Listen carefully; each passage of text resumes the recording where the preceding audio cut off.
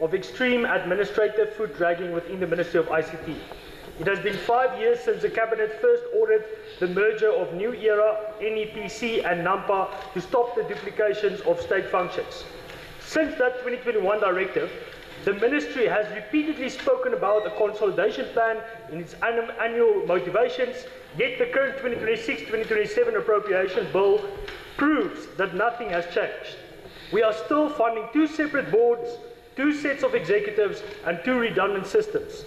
This paper merger exists only in speeches, while on the ground, the taxpayer continues to foot the bill for a deal structure that the government itself admitted was unnecessary half a decade ago. Honourable Minister, in light of the Cabinet decision first announced in 2021 to merge New Era Publication Corporation and NAMPA to eliminate duplication and reduce the burden on the fiscus, I ask the following. Can the Minister provide a definite status update on the merger and explain why, 5 years after its initial approval, the 2 entities continue to operate with separate executive structures and boards? What is the total cumulative cost to the taxpayer for maintaining 2 separate sets of executives, boards and administrative departments since the merger was first approved? Does the Ministry have a time-bound roadmap for the finalization of the super media company? And if so, what is the specific date for the commencement of a single unified operation? And finally, how does the Minister respond to concerns from within these institutions that the position preservation by high-level officials is actively stalling the implementation of the cost-saving reform? Thank you. Thank you. Maybe the questions.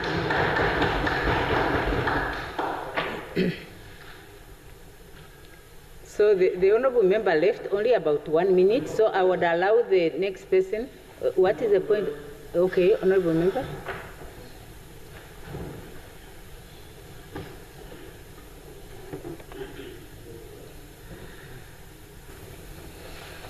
Thank you, Honourable Speaker. I rise as the Chief Whip of the official opposition. Respectively, Honourable Speaker, I am just seeking clarity on some issues where the Honourable Speaker reserved the ruling. We have an instance where the SG of Swapo Party used the F word last year in this Parliament against the National Deputy. The Honourable Speaker reserved the ruling and she said she's still consulting the Hansard. We just want to know how far the Honourable Speaker is that. And also, on the question of Honourable Klute and Honourable Festus Thomas, you said, the Speaker said she'll make a ruling on that one. We are still awaiting. And also the question of Honourable Klute, which was not read, allowed to be read in this Parliament. So when will the Speaker make the ruling on these 3 instances? Thank you very much, Honourable Speaker. Yes, Honourable Ricardo, you referred to 2 cases of Honourable Klute. I only remember the one of the question, which I will make a ruling. I did follow up and I'm finalizing my ruling on that one. I should be able to give that ruling by tomorrow. With regard to the one of the Secretary General, I did check with the Hansard. I asked the Secretariat to check with the Hansard, and I did announce the outcome here that we did not find anything on the Hansard to corroborate the allegations that were made. Yes, I did not hear her say it, and I asked the Secretariat, and they couldn't come up with anything on the Hansard, and I did announce it here.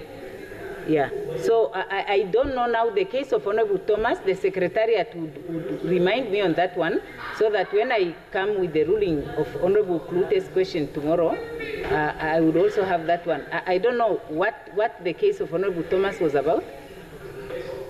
What was it that Honourable Thomas did that I reserved the ruling on?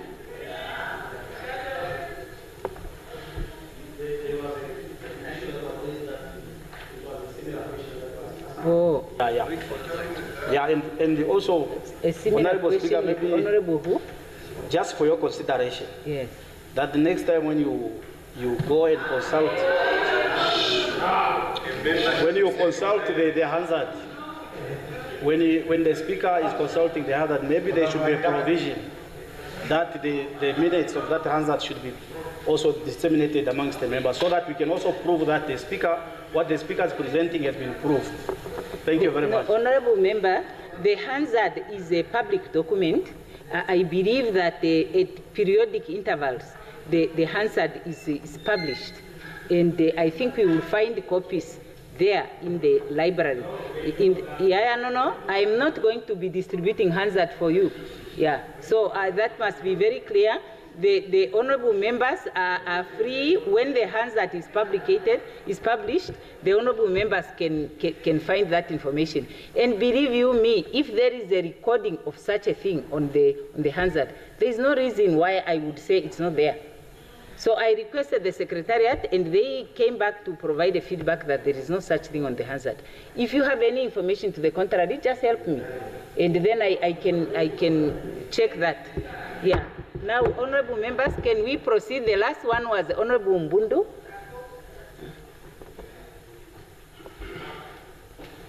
Thank you very much, Honourable Speaker. I hereby give notice that on Thursday, the 2nd of April, 2026, I shall ask the Honourable Minister of Finance, Honourable Erika Shafuta, the following. I rise to direct the question to the Honourable Minister of Finance, Honourable Shafuta, the following her recent remark during the Namibia Independence Day celebration in Umsat region, where she indicated that feedlot facility with a capacity of approximately 1,000 head of cattle is currently under construction at Etunda. While this initiative may signal government intention to support the livestock sector, it raised serious concern regarding equity, prioritization, and broader national strategy, particularly in a country where drought continues to devastate livelihood unevenly across region. I therefore wish to ask the following question to the Honourable Minister. 1. How many regions are expected to benefit from similar feedlot projects, and what budget allocation has been made per region under the current fiscal framework? Question 2. What are the timeline for rollout of such feedlot facility in other regions? Question 3. If this initiative is currently confirmed to the Umsat region alone, what specific economic, agricultural, or climate consideration informed the decision to prioritize this region? 4. In particular, what justification exit overlooking regions such as Kunene region, which are constantly among the hardest hit by drought? Lastly, can the Honourable Minister confirm whether this project affirms part of comprehensive and equitable national livestock support policy, or whether it's standalone intervention lacking broader rollout framework? I so submit.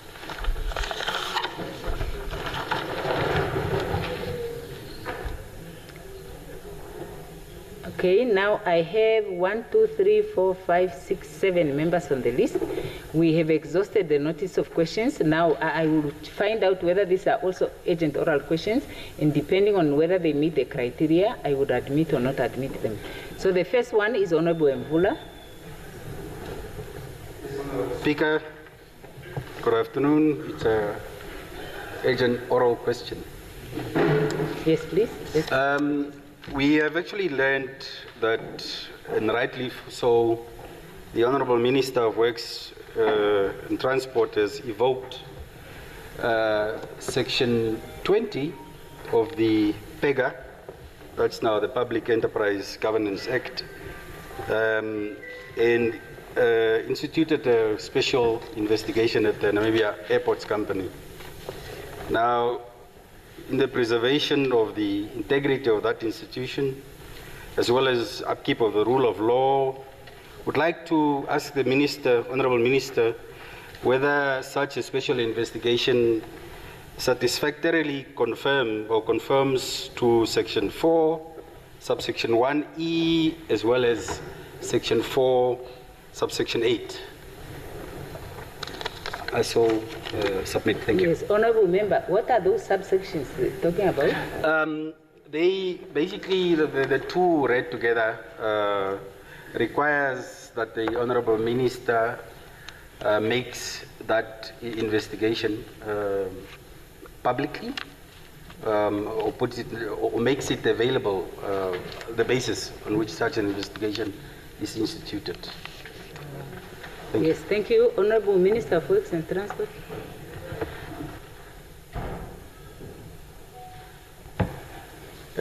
Honourable Speaker, on the member, I do not know what the member wants to know. It raises no merit for this floor. As Minister, I am accountable to the Ministry in terms of the Namibia Constitution, Article 40, read together Article 41. The investigation is undertaking. Once the finding is made, the appropriate announcement will be made. So if you want to become a minister, you must wait. Thank you very much. Yes, Honourable Nashinge. Honourable Nashinge. Yes. Thank you. Yes, you have the floor. Thank you very much, Honourable Speaker. I rise to ask an urgent oral question to my counterpart, the Minister of Home Affairs, Safety and Security, the Shadow Minister of Home Affairs. Honourable Minister, the number of the children from our neighboring state, Angola, keeps growing and growing and growing. They are back again. The worst part now is that they are going as far as houses in Windhoek, knocking at the doors, asking, I believe, food and others. What is the conversation between our government and the government of Angola when it comes to the plight of its children? How do they come here? If I'm coming with meat from the northern part of the country, it will not make it here. But these underage children, some you can see they are 3, 4 years old, they make it here. Under whose guidance? I just wanted to understand, is it going to be like that forever? Are you working on a permanent solution so that we find a solution to this challenge? Or what is going on? There are just too many. On Saturday, I saw a group.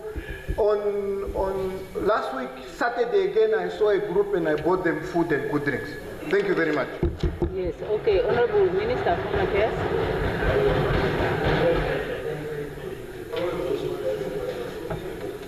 Thank you, Honourable Nashinge. Firstly, I think we have gotten rid of the shadow. Didn't we get rid of the shadow word? Because last week it brought a commotion here. So I want to believe that going forward, for the sake of everyone's peace, nobody should refer to anyone as a shadow.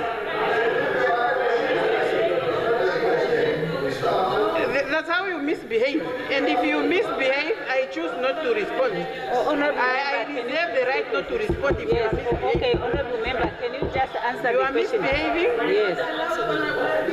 I cannot be bullied. Honourable Speaker, if they are bullying me, then I won't answer. Yeah, Honourable Member, can you please just answer the question? Yeah. Let's just deal with parliamentary matters. Honourable Member, please take your seat. Minister, answer the question, please. No. Don't bully me. If you want me to answer, don't bully me, please. Honourable members, Please. let us differentiate between individuals in the House. Let's differentiate between the individuals in the House. Yeah. No, just go ahead, Minister. Thank you very much, Honourable Speaker. And I want to reiterate what I said a week ago in this very House, that the issue of the children, the Angolan children, is seized with both the Ministry of Home Affairs and the Ministry of International Relations, with the government of Angola at the highest level. If you may recall, I have said that here. And many attempts have been made in the past, and as it now it has been elevated to another high level. I'm repeating what I said a week ago in this very House, and please bear with us until we conclude that process. Very good. Thank you, Minister. Honourable Ampanda. No, honorable members, it's discretionary. The presiding officer, on the basis of discretion, will decide whether or not to allow agent oral questions. Honorable Ampanda, please proceed, honorable member. Yeah, thank you. To ask the minister over a cup of tea. No. No. Can honorable Ampanda be allowed to please pose his question? Yeah. So, thank you, honorable speaker. I have an urgent oral question to the minister responsible for finance. Shafuda, it seems that the more we keep digging, the more complicated it becomes. I'm particularly asking about the situation that we are handling with regards to the middlemen on the youth fund. I must say and must qualify that we are very happy with the steps that the ministry have taken. One, previously we had a situation where a middleman has been brought in, and that middleman started making their own rules, and somehow through intervention of government, the Environmental Investment Fund have directed this middleman company to do what is supposed to be done in terms of the original assessment that was done. Fine, so we thank government for that. But we realize that it's more complicated now, Minister. So today, some of those beneficiaries, we actually discovered that the middleman is not in position to dispense, because government now saying, EIA says, dispense the money as it's supposed to be done. Now the middleman seems not to be in position to disperse the money that government is given. Very problematic. So they are now saying, apparently, today, if you qualified for 1 million, we are only going to give you 500,000. The other 500,000 is going to come in the second quarter of the year. But this money from government was not given in quarters. So what I'm asking specifically, one, what is the Environmental Investment Fund actually saying about this whole thing? What are they accounting to you as far as their activity is concerned and what they did with the money that belongs to government, that belongs to the young people of our country? Number two, has these implementing agencies, actually the Agribank, EIF, and the DBN, did they actually process the funds and send it to the middleman account? Is that actually what has happened? It would seem that would have been the case. And thirdly,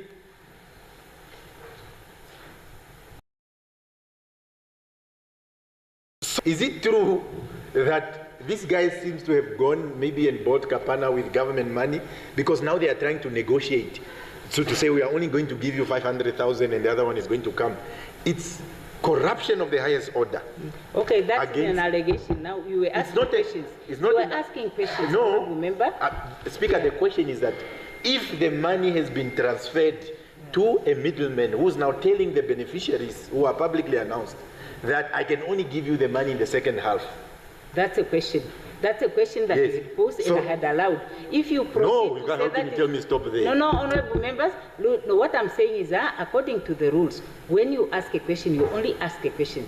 So you were doing very well until you come to a point to say that is, now you are making assumptions. Yes, so I'm asking for the minister to respond that if indeed that is the case that is happening, Speaker, and I'm concluding, we don't have to argue over this. Okay, if it's indeed what is happening, it is corruption of the highest order, and I invite the minister to respond to that. Yeah, okay. So I invite the minister to respond particularly to that, because government, as I said at the beginning, is doing very well. Okay. And we are glad with the intervention. Okay, your time is up now, honorable member. You have asked the question. How much was my time? There are 3 questions you have asked now. Follow-up questions. So we are together with the minister. There are no disagreements. Yes, Speaker. I know. She wants more questions, in fact. No, but we must. Okay, I'll end here. I'll just end here. The minister has no issue. No, the minister has no issue, but the rules, we have to comply, all of us. You started very well, and I wanted you to end very well. So now let the minister please answer.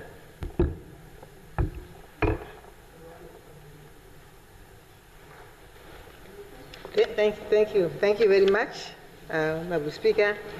Thank you very much, Honorable Prof. It's the Youth Fund. and it's really for the youth. And we appreciate the fact that the youth from both sides, in-house and outside this house, are monitoring the implementation of this youth fund because of the impact that this fund has if we are really to cast those ones that have given responsibilities to deliver on what we did. So, Prof, Honorable Member, we can confirm that we had met EIF, and with the permission of Honorable Speaker, I can say under the leadership of the Right Honorable Prime Minister. In fact, we met all the 3 DFIs, really to emphasize the point for them to adhere to the guidelines that they were given by the government in as far as the implementation of this youth fund is concerned. We discussed the issue of the fund managers. Let me not call them middlemen. We call them fund managers or asset managers. And they have explained to say, you know, words have meanings. Apparently, now I'm also saying apparently when we have given the guidelines, somewhere at the bottom, there was a sentence saying the DFIs can also use their internal procedures. So they interpreted that to mean to add other criteria. Then we have explained those criteria should now be deleted and they should only adhere to what we have said as a government. No collateral, no other issues to be asked in between. They should just strictly adhere to the guidelines that were issued. That's correct. Now, the fund managers are given funds, right, to then disperse to the awardees whose projects have been successfully appraised and they met all the requirements and so forth. Now, if they have given the 500,000 first, and then they have agreed, of course, with the applicant for the other one to be disbursed at a later stage, that is entirely up to them. Through the chairperson, through the Honorable Speaker. You see, now because he's also talking, he's distracting me from my point. No, the sentiment of saying they don't have money, that should not be on. That's off the table. Because that will imply that the government is lying. No, we don't lie. We already have indicated to everyone that 257 million has been put aside for the purposes of this fund. So the money is there. Maybe they were just checking, maybe the abilities and financial capabilities of, the implementation capacity of the applicant. Because, and you agree with me and I will be done, because we also want to make sure that we don't throw the money into the water. That's why there should be appraisals. But if the outcome of the appraisal is that this applicant has the capacity to deliver on his or a project, why not disbursing the funds? So we are in constant conversation with the DFIs because we have also received some concerns and we would want to make sure that this fund deliver to the expectations of all of us. I so submit to. Yes, thank you very much.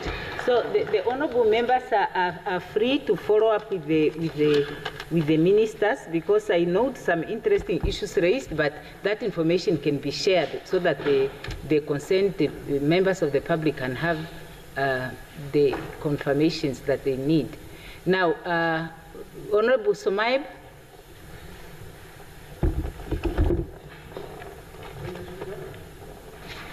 Thank you, Speaker. I have a question for the Minister of Health. Yeah.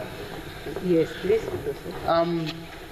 The National Council sent out the directives that nurses should register with $700, and the due date was last Friday.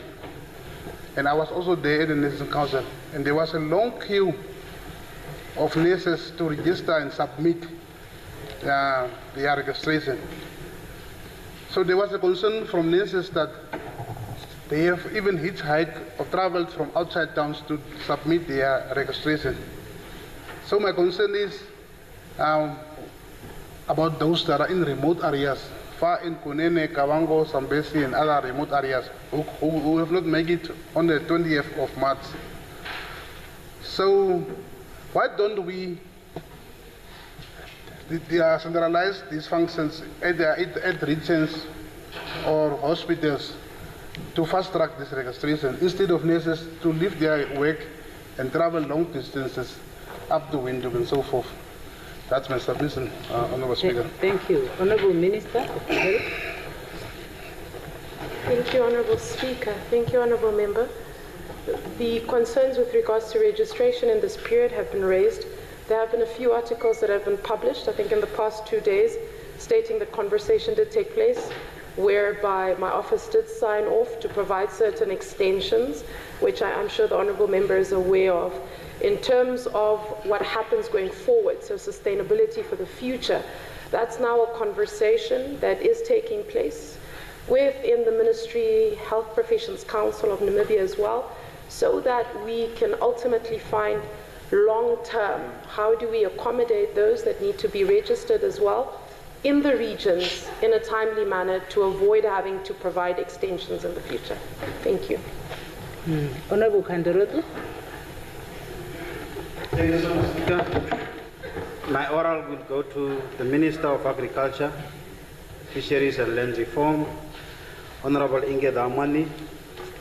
We have observed and also updated by the media fraternity about cattle on hoof that have been transported to Mauritius, around about 3,000 cattle. Now, the public and the farmers business community want to know about this new market. How was it discovered? How will it benefit the farmers at the grassroots level? Because previously through the South African market, it was very rigid. Only certain people could enter an agreement with a feedlot in South Africa, and then they will always refer you to Johnny, Peter is the only person to trade between us. But now we have this new niche of market in Mauritius. How will the government assist that the spin-offs or the real benefit go down to the communal farmers and also be able to trade the route of Mauritius? I so ask. Thank you. Honourable Minister.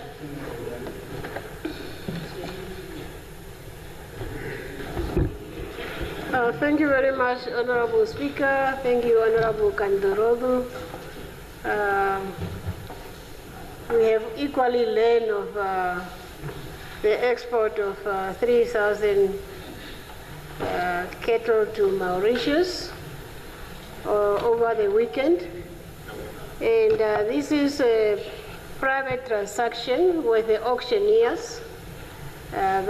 Just as we normally go and sell our cattle at an auction, the buyers, they buy, where they take the cattle thereafter, whether to their own feedlot or to export, that is where it ends. As far as the ministry role is concerned in this matter, was to issue the necessary permits for export as required by the law, which was done, and also as required by the law, the necessary levies for those cattle that were exported on the hooves were equally paid to the Livestock and Livestock Product Board of Namibia.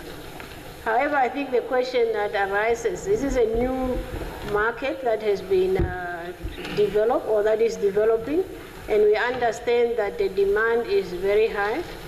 They were coming back next month, more or less, for the same number of cattle. So we now need to sit together with the auctioneers and the players in the sector to see how best the benefits can be spread across all farmers. Because the export to the South African market of our heifers is becoming less and less. Karan beef that used to buy a lot of our heifers, winners to South Africa, has now stopped because they came in last year They wanted us to allow them to import the fodder from South Africa, but under the current circumstances where all the provinces of South Africa are FMD infected, we couldn't take that risk, and we are therefore looking at alternative measures so that we can also develop our own feedlot market in the country. As the honorable member knows very well, we are busy with the Etunda feedlot in the NCA, and we are also looking at other opportunities this side of the cordon fence to develop a more inclusive, integrated feedlot setup within this side of the country. And once we have finalized the arrangements, the public will be duly informed. Thank you very much. Thank you, Honorable Minister. Any notice of motions? We have now exhausted the time, unfortunately. I'm sorry, Honorable Venani, but we are way above. I decided to not interrupt the Minister because the subject is so important. But we are out of time. Honorable, are there any notice of motions? Yeah. All these honorable members, I have Honorable Karonda, Honorable Rukato, your motions, ne? Okay. Yeah, no, unfortunately, the time is finished now. I am calling for a notice of motions. Honorable Rukato.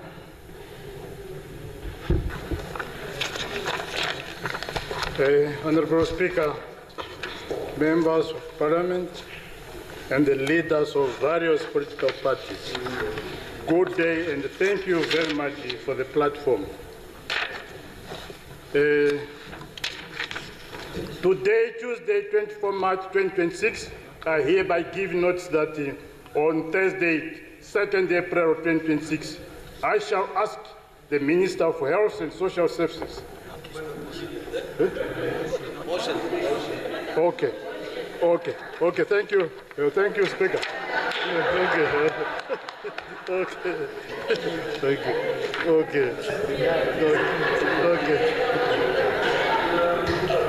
Today, Tuesday, 24 March 2026, I hereby give notice that on Tuesday, 31 March 2026, I shall move that this August House discuss and agrees to table the motion to ensure that the health inspectors within the Ministry of Health and Social Services inspect food products in various stores on every month basis to prevent the sale of expired food products. I so submit it, Honorable Speaker.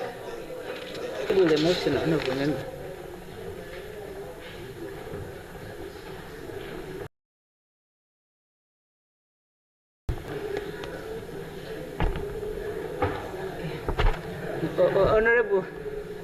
Honorable Ricardo, now your luck is running out on that one. Honorable Lucato, your luck is running out now on that one. Now, Honorable Lutuhezi, I don't know how this list is moving. Did I say Honorable Lutuhezi? Yes, you have the floor. Or was it Honorable Thomas? Okay. Thank you very much. Honorable Speaker, honorable members.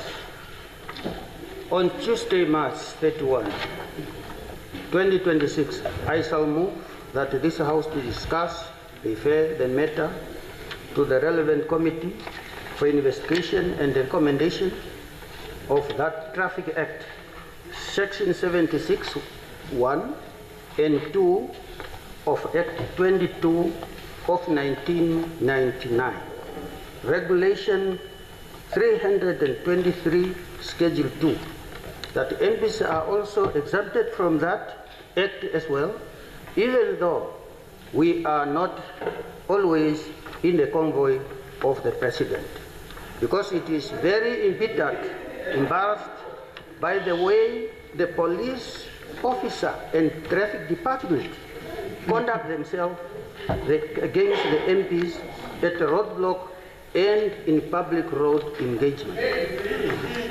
We are all aware that the MPs are always on the run to attend very important duties through the region.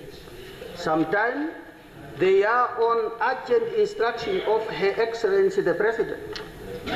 These two departments publicly denounce that the VIP stickers are useless and have no value. They even stress that these VIP stickers do not clearly indicate on itself which part of regulation of legislation the Parliament or parliamentarian exempted and why. I so move. Okay. Honorable member, we will review your motion and we will see whether we are following what you are saying so that we can have clarity. Just to have clarity what specifically the honorable member would want to bring. But we will receive the motion and the secretariat would assist to review that so that we have certainty what the honorable member wants to motivate. Please, yeah, very good.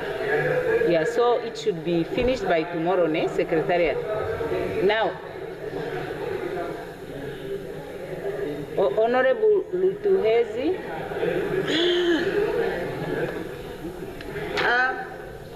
Honorable Speaker, I hereby give notice that on Tuesday, the 31st of March 2026, I shall move that this Honorable House discusses the urgent need to help people living on the streets in Namibia. Many Namibians are living on the streets across the country, lacking safe places to stay and facing illness and insecurity. Article 95 of the Constitution of the Republic of Namibia obliges the state to actively promote welfare of the people, including ensuring an acceptable standard of living and access to adequate housing and social support.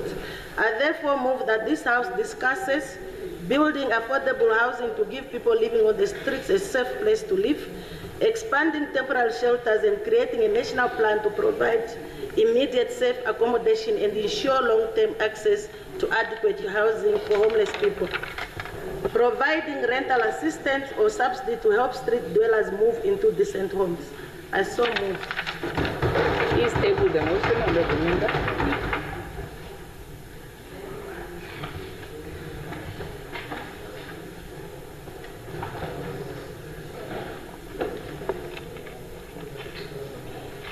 Yes, Honorable Nifikwa. Thank you, Madam Speaker.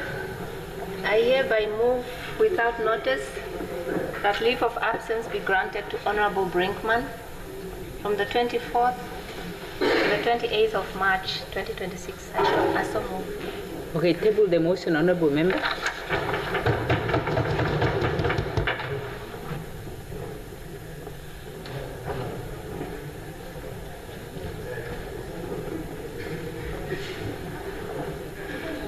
Yes, Honorable Narusep.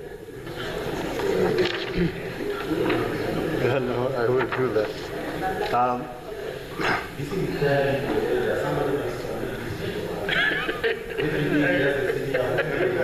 Yeah, Honorable Member, no. Yeah, now Honorable Narusep, you have the floor. You are disrupting the senior member now. Honorable. Yes, Honorable. He has the floor now. Let's hear him in silence. I move without notice that leave of absence due to illness be granted to Honorable Gaudensia Krone from the 24th of March, that's today, to the 17th of April 2026. Honorable Speaker, I so move.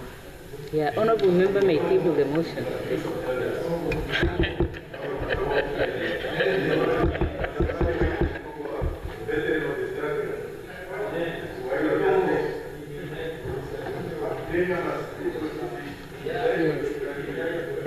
Now, honorable members, we are supposed to accord the senior member respect by not talking when he is presenting. Now, right, Honorable Prime Minister. Thank you very much. I seek the indulgence of Chief Whips. Chief Whips, it was my understanding at some point that we said, or at least we reached an understanding, I stand to be corrected, that we prioritize the appropriation bill and we minimize all the others and have them on pause, and we revert back to them thereafter.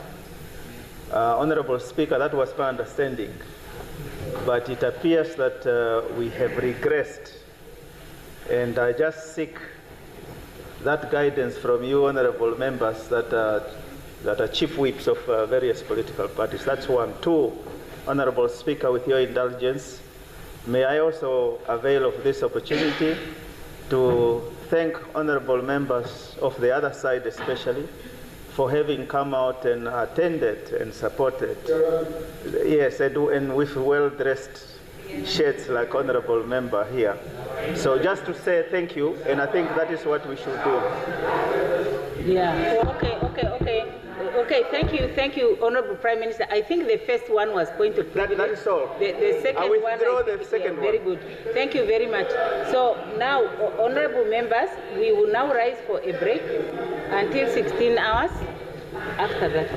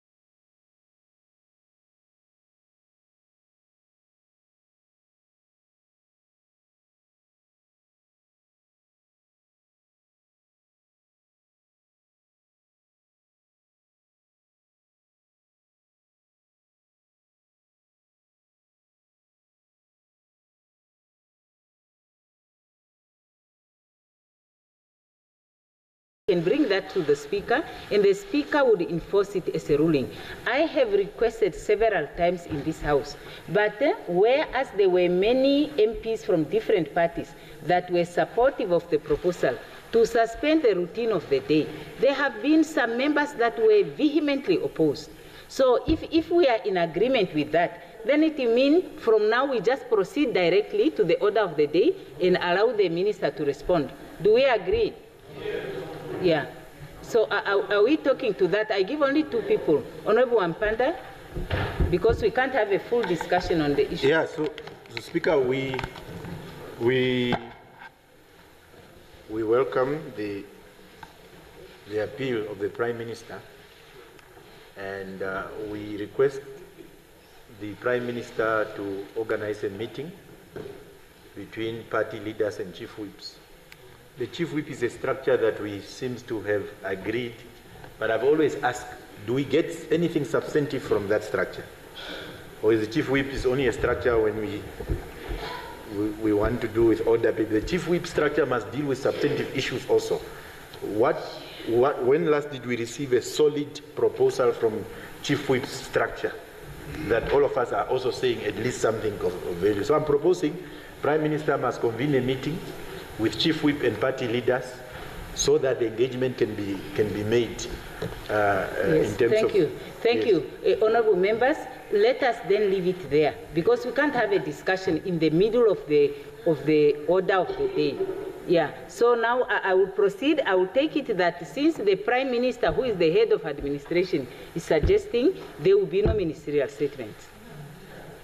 Yeah, there will be no ministerial statement. Then we proceed with the report from the Committee of the Whole Assembly and consequential proceedings. None. Then orders of the day. The Secretary would read the order of the day.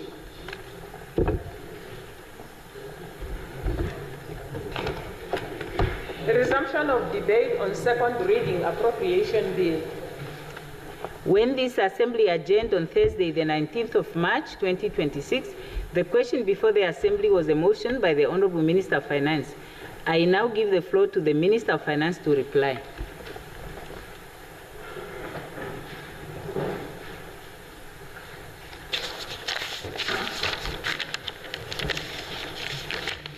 Honorable Speaker, honorable members of this August House, I'm honored to stand before this House to address and clarify the questions, comments, and concerns that were raised by honorable members during the second reading of the appropriation bill for 2026-2027 financial year and the corresponding budget documents. I want to take this opportunity really to thank members from all sides of this House for your constructive engagement, pointing out strengths and improvements, as well as amplifying the parliamentary oversight role in such a committed manner. This really reflects a shared commitment to strengthening Namibia's economy and improving the lives of our people. Honorable Speaker, let me now address the issues and aspects related to the budget. While I may not delve into every detail regarding specific funding proposals for various programs and the specific votes, I will rely on my cabinet colleagues to provide in-depth information about those programs during the committee stage. On revenue taxes and SACU dependence, there was such a question. Concerns were raised regarding taxes, revenue performance, and whether the 2026-2027 budget relies too heavily on taxation. The government wishes to emphasize that this budget does not introduce broad-based tax increases. Instead, it focuses on protecting revenue stability while avoiding additional pressure on households and businesses during this economic recovery. Honorable members correctly pointed to continued reliance on SACU revenues, while accounting for which account for about a quarter of total revenue. Government recognizes that this is a structural vulnerability. That is why fiscal policy under the NDP 6 prioritizes economic diversification and domestic revenue mobilization rather than continued reliance on SACCO receipts. Concerns have also been expressed regarding the size of the deficit for the 2026-2027 financial year. The projected deficit reflects the difficult balance we are required to strike between fiscal consolidation and economic support. It is driven largely by accumulated, elevated interest costs and the conscious decision to protect essential services and the development investment. Concerns have also been raised about the level of the development budget and its ability to drive economic transformation. Government shares the agency of transformation, but wishes to emphasize that the transformation is indeed defined by impact. Hence, our emphasis in the budget to focus on outcome-based budget framework. As mentioned in the development budget, or in my statement, we have indicated that the allocation to the development budget is not only what is reflected to be from the inside state revenue fund, which is 6.5 billion. This is complemented by the grants, by loans, and the support that will be provided by NHE in terms of housing, infrastructure, and road fund administration in terms of road infrastructure. So when we look at the investment that is going into the development budget for the 2026-2027 and the corresponding MTF, we have to look into all those components that support the development budget. On public debt, honorable members have also raised concerns, and we understand this about the public debt levels. The government agrees that debt must be managed prudently and transparently. We also want to indicate that when we look at the debt, we should not only look at the debt as a ratio to GDP, but we should also look at other components like the structure of the debt, which remains largely domestic, and the medium-term trajectory, which is anchored on improving the primary balance. Honorable members, Honorable Speaker, honorable members, members rightly pointed out that the interest payments are placing pressure on the budget. The government shares this concern fully. This is precisely why the budget prioritizes restraint in non-essential allocations. Interest costs limit our choices, and therefore we have to monitor them as we are moving forward. Concerns were also raised about the impact of fiscal consolidation on ordinary Namibians.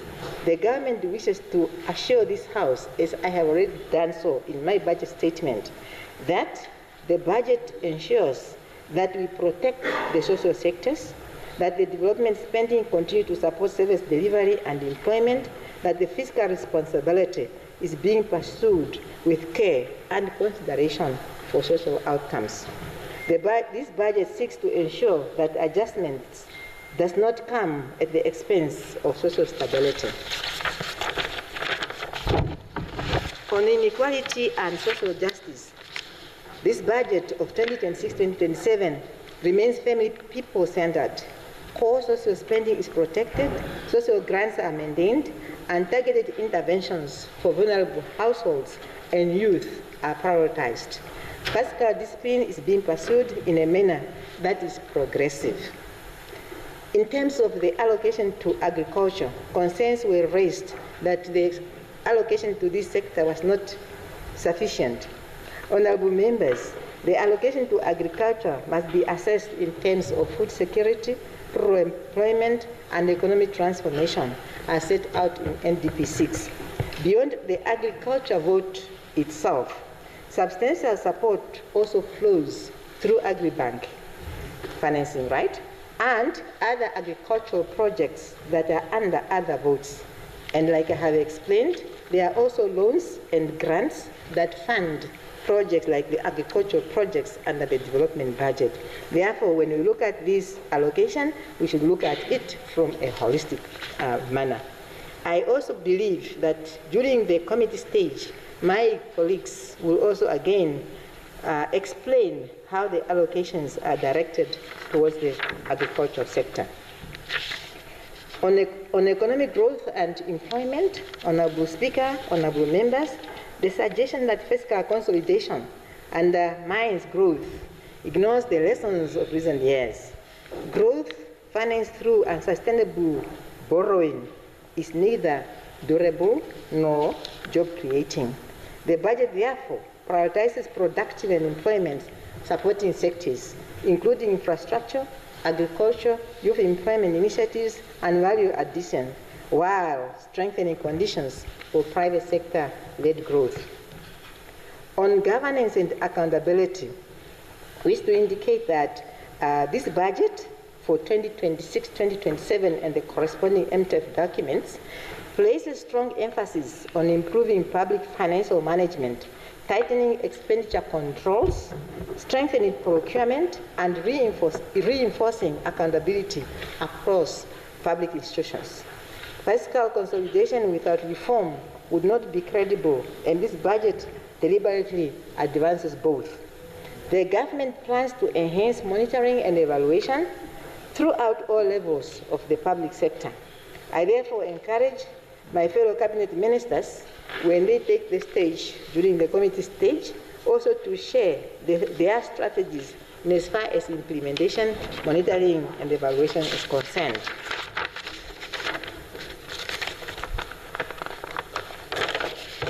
Very good. I'm coming because I'm moving towards the end. Now, I also want to emphasize the point that was raised that we waste money in printing budget documents, and I really appreciate that comment, because we want to take it as a resolution of this August House that moving forward we are no longer going to print budget documents. Thank you very much for that cost-saving measure. Thank you. Thank you. Now, in conclusion, Honorable Speaker, honorable members, the debate on this budget has really been valuable and necessary. We might have expressed our contributions in different manners. That's very much respected. However, what I have concluded from all the interventions is that there has been a shared understanding among all honorable members that this budget for 2026-2027 is not merely a statement of numbers. It is an instrument of fiscal reform which advances disciplined consolidation anchored on primary budget balance, very, very important. Better spending prioritization, protection of growth enhancement investments, strengthened revenue sustainability, the call for the introduction of the outcome-based budgeting approach to ensure that every Namibian dollar delivers value for all Namibians, and also to ensure that this parliamentary house really undertake or play its oversight role for that will strengthen our budget moving forward. Government remains open to continued engagement and oversight as we implement this budget in the collective interest of Namibia and its citizenry. I thank honorable members for their contributions, and I call this House to continue supporting the 2026-2027 budget I so submit. Thank you.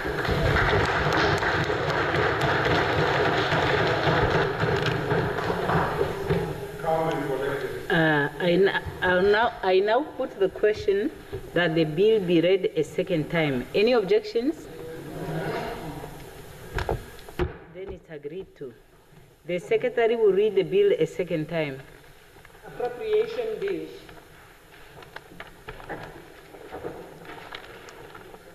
Okay, the Secretary will read the second order of the day. Yes, Honorable Ampanda. I just want to learn. So when the Secretary reads it for the second time, means exactly what? Is it? We know it's appropriation bill. Why do we do these things? We are transitioning from one stage of considering the bill to the other. So it means that we have now crossed over. When we are going to start, we are now going to start with a vote, which is like not a general debate. Yes, yes. No, that's the tradition. That's the tradition we agreed to in the rules. Yes. Okay, the second, I will read the second order of the day. Resumption of debate on second reading, Petroleum Exploration and Production Amendment Bill. When the Assembly adjourned on Wednesday, the 18th of February 2026, the question before the Assembly was a motion by the Honorable Minister of Industries, Mines and Energy that the bill be read a second time. Honorable Coutier had the floor, and she may now continue. Thank you, Honorable Speaker. As I continue of my contribution, the bill is both timely and essential as it modernized legislation first enacted in 1991, long before Namibian petroleum current strategic significance. Honorable Speaker, the bill rightly realized strategic petroleum powers of the office of the President, ensuring that the decisions affecting our most critical natural resources are made at the highest level of executive accountability in full accordance with our Constitution. At the same time, it introduced a clear separation between policy, direction, and technical implementation through the establishment of the upstream petroleum unit. This unit will professionalize regulations, licensing, compliance monitoring, data management, and reporting while actively promoting local content and meaningful Namibian participation. Honorable Speaker, furthermore, the bill provides for appointment of a Director General and a Deputy Director General based on principal strengths, qualifications, and experience, strengthening technical oversights, transparency, and institutional capacity, enhance conflict of interest and disclosure requirements, safeguard by public interest, and promote trust in the management of our resources. Honorable members, Honorable Speaker, importantly, the bill preserves and strengthens parliamentary scrutiny, statutory reporting obligations, including the tabling of reports on royalty remissions and regulatory outcomes to ensure that Parliament maintains its constitutional oversight role, uphold transparency, accountability, and democratic control over Namibian and predictable and responsible investment destination, while also enhancing the state's ability to negotiate better outcomes for our people. Honorable Speaker, honorable members, in conclusion, this bill equips Namibia to govern its petroleum resources responsibly, strategically, and transparently, not only for present generation, but also for future generations. For this reason, I fully support the bill, and I urge this honorable House to do the same. I thank you.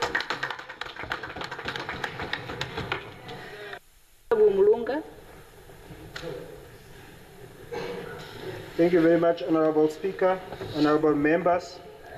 As a representative of the sovereign, I'm delighted to bring forth the voice of the Namibian people on the crucial debate currently on the floor of Parliament.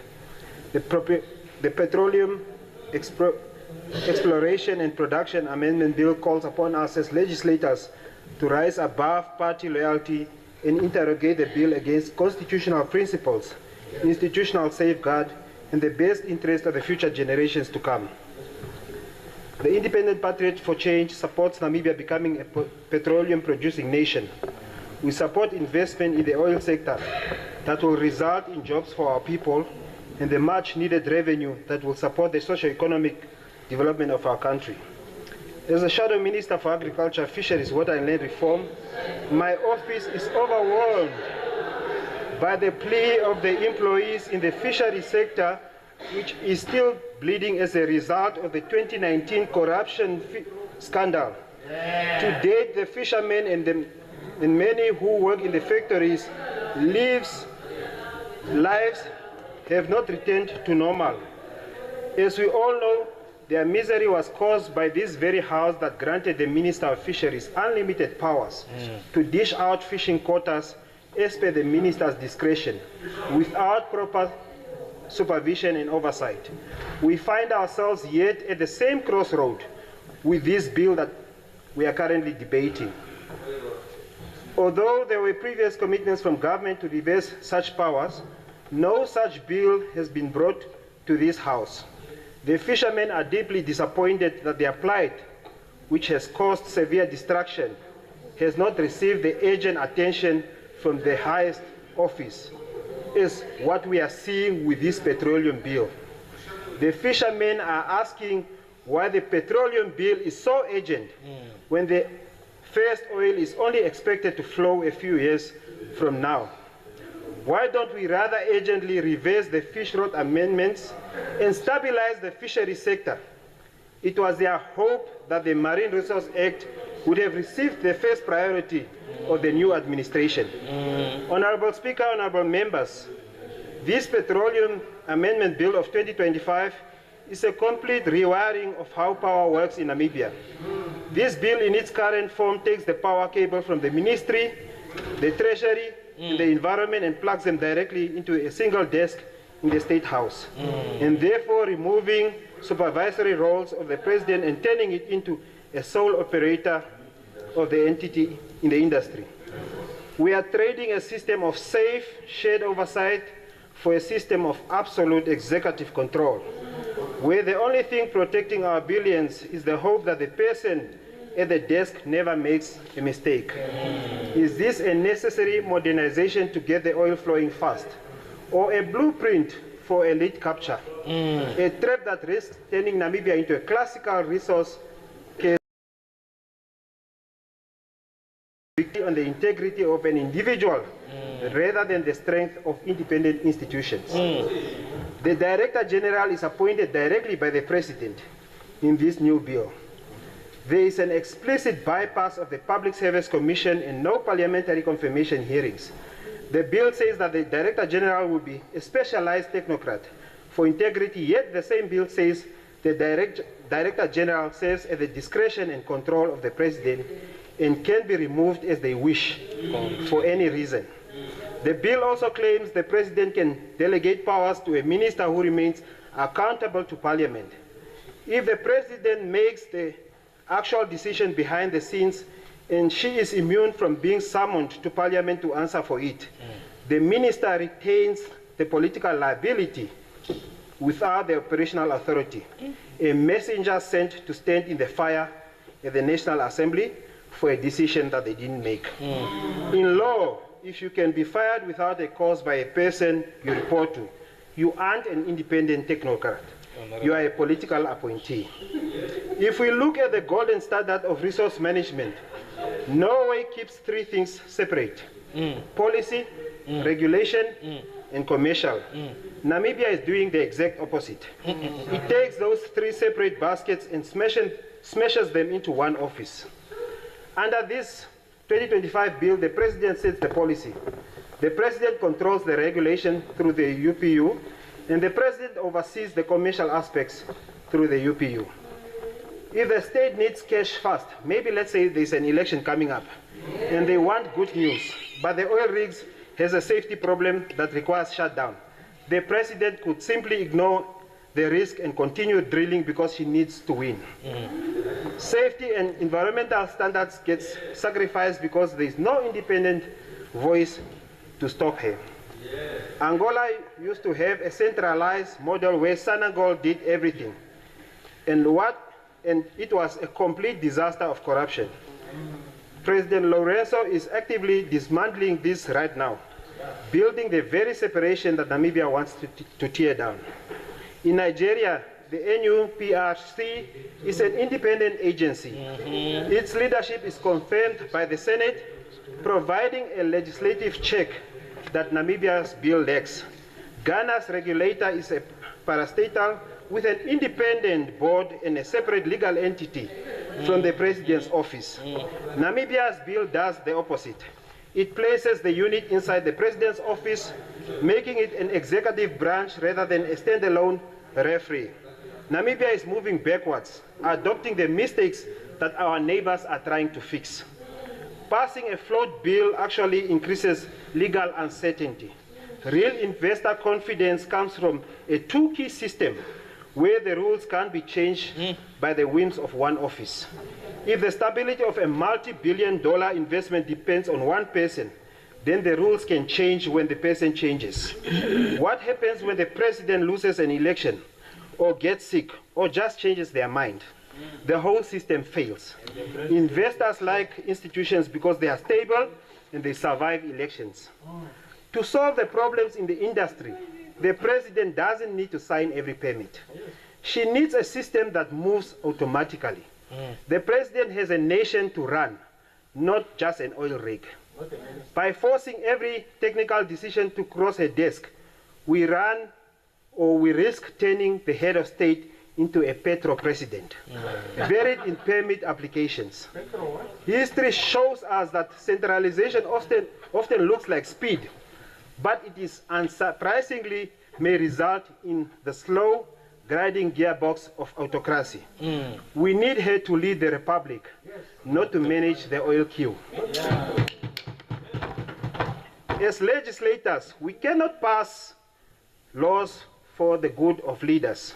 We have to pass laws that can survive bad successors. That is the ultimate test. A law has to work even if the person changes in the worst possible person for a job. We have to design a system to be failure resistant. As I come to the end of my submission, I wish to highlight that the president's legacy isn't measured by the power she accumulates, but by the institutions she leaves standing long after she is gone. This is not about one person.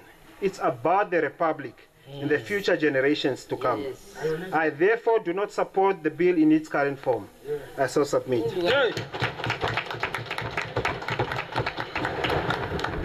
Honorable Mwashindange, please let's go slow with the banging on the desk because the Hansard people complain.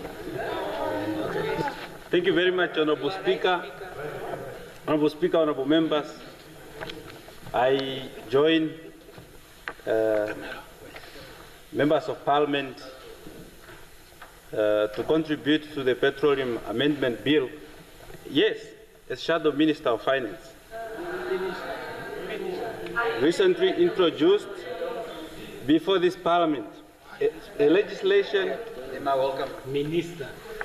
Shadow Minister, not just shadow. You want to become a shadow now?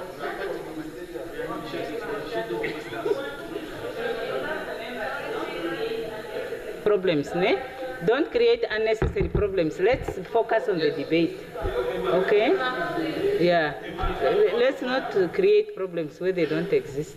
Honorable Speaker, this legislation that should shape Namibia's fiscal future, our sovereign risk profile, and the credibility of our economic governance for decades to come.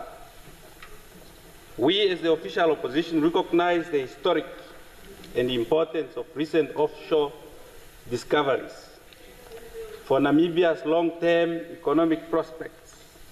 However, the manner, the timing, and the substance of this amendment raises serious fiscal, governance, and macroeconomic concerns that Parliament cannot ignore. We also recognize the responsible development of Namibia's petroleum resources. We recognize the opportunity these discoveries present. But opportunity, Honorable Speaker, honorable members, without discipline is not development, but exposure. And it's precisely discipline, clarity, and fiscal prudence that this bill, in its current form, fails to sufficiently guarantee. Honorable Speaker, from a fiscal and economic standpoint, this bill raises three fundamental concerns, namely revenue certainty, risk allocation, and institutional accountability. The bill expands executive discretion in the determination of fiscal terms, cost recovery mechanisms, and state participation arrangements. While flexibility is often defended as investor-friendly, excessive discretion without firm statutory guardrails introduces fiscal opacity. Namibia cannot afford a petroleum regime where projected revenues vary wildly based on negotiated outcomes rather than predictable laws. We need predictable laws. International experience is unambiguous. Countries that failed to clearly ring. Honorable Speaker, please. Honorable Speaker, please. The honorable member keeps speaking honestly. If she has a different interest, she may declare her interest, please.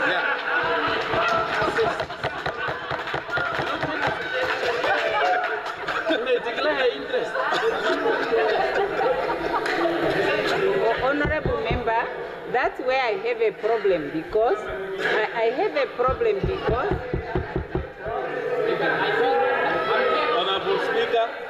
Honorable Speaker, as I was saying, honorable members, the bill.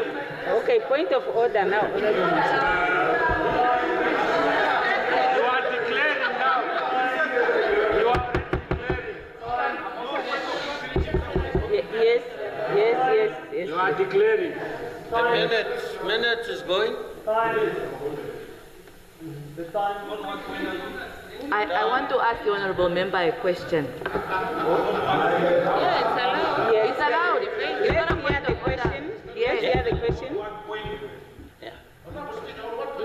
I want to hear what she's saying so I can make a ruling. That's where your problem is. You want to tell me how to rule. Yeah, you especially, you are out of order. So the Honourable member, through you, honourable speaker, can the honourable member truly believe that someone like myself can be interested in a shadow?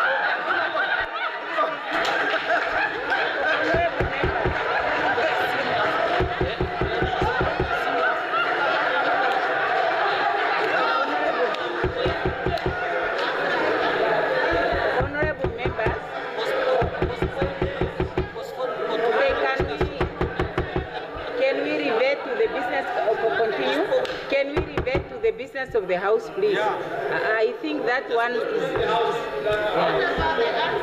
Honorable Speaker. Honorable Speaker. That you are out of order. I don't have the luxury of the time, on the, especially that the Namibian people continue suffering, to answer such. Fellow Namibians, I must caution that uncertainty petroleum revenues undermine fiscal planning. Debt sustainability and medium-term expenditure frameworks.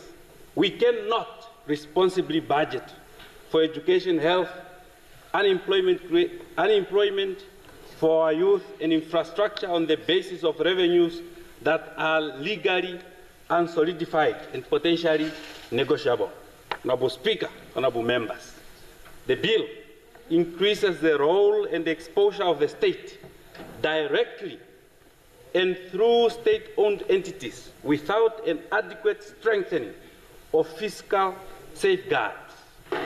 Where the state assumes equity, it also assumes risks, such as exploration risks, price risks, and operational risks. Yet the bill is largely silent on how these contingent liabilities will be transparently reported. The economist is talking. Kept and integrated into national fiscal risk statements. This is not a technical oversight, honorable members. It is a structural weakness, indeed. We have already learned at a great cost what happens when a state-owned enterprise liabilities migrate quietly onto the sovereign balance sheets. Namibia cannot enter the petroleum era repeating the mistakes of the past, where optimism replaces actual discipline and political ambitions outpaces institutional capacity. If the state is to participate in the exploration and production of oil, Parliament must be assured that such participation are financially neutral or creative over the full project lifecycle. Borrowing and guarantees linked to the petroleum exploration are authorized and disclosed clearly, and downside risks are stress tested against oil price volatility. This bill does not provide the assurance. Honorable Speaker, petroleum resources are fixed, but governance failures are permanent. The bill strengthens executive authority while weakening parliamentary oversight over licensing, fiscal concessions, and revenue management. Hence why all patriotic Namibians should be worried about this amendment bill. Notably, absent two are clear provisions requiring Parliament scrutiny over major petroleum agreements, independent audits of petroleum costs, recovery claims, and mandatory public disclosure of contracts and beneficial ownership. In a sector globally associated with rent-seeking and elite capture, silence on transparency is not neutrality, it is vulnerability. I must say investors may not fear transparency, but our citizens do. We therefore must legislate for Namibia and its future beyond partisan politics. Honorable Speaker, the Parliamentary hazard has it that 50 million rand at that time of public funds was spent on exploration and production of the Kudu gas before 1991. Where is the Kudu gas now as we speak? While developed with public funds, this money could have been used to provide water in Kunene, Ohangwena, Oshikoto, Kavango West and East, where lives are lost all the time due to crocodile attacks, while our people are fetching water in the Kavango River. This money could have been spent on creating jobs for our unemployed youth. Her Excellency, the President, is on record saying youth unemployment gives a sleepless night. Yet the President wants control of the upstream unit, and nowhere in the bill does it say even 10% of the oil receipts will at least go to job creation for fellow young people who are unemployed graduates, whose parents fought hard to send them to school. This amendment bill does not talk about your employment, fellow young people, yet we are the most suffering and we are the majority of the voters. It indeed is seeking to give people extra powers. Therefore, as I conclude, we urge that this unconstitutional bill be sent back to comply with the constitutional provision, codify clear and non-negotiable fiscal parameters, impede Parliament oversight over key fiscal decisions, mandate full transparency of contracts and revenues. If Namibia is to become a petroleum producer, let us enter a disciplined one, a credible one, and a sovereign-first one. Anything less would not be reform. It will be negligence dressed as progress. Honorable Speaker, honorable members, as I conclude, I do so appealing to the conscience of all of us as we anonymously reject this bill in its totality for the total protection of our democratic principles, our sovereignty, and the love of our people. I so submit. Thank you. Honorable Ihemba.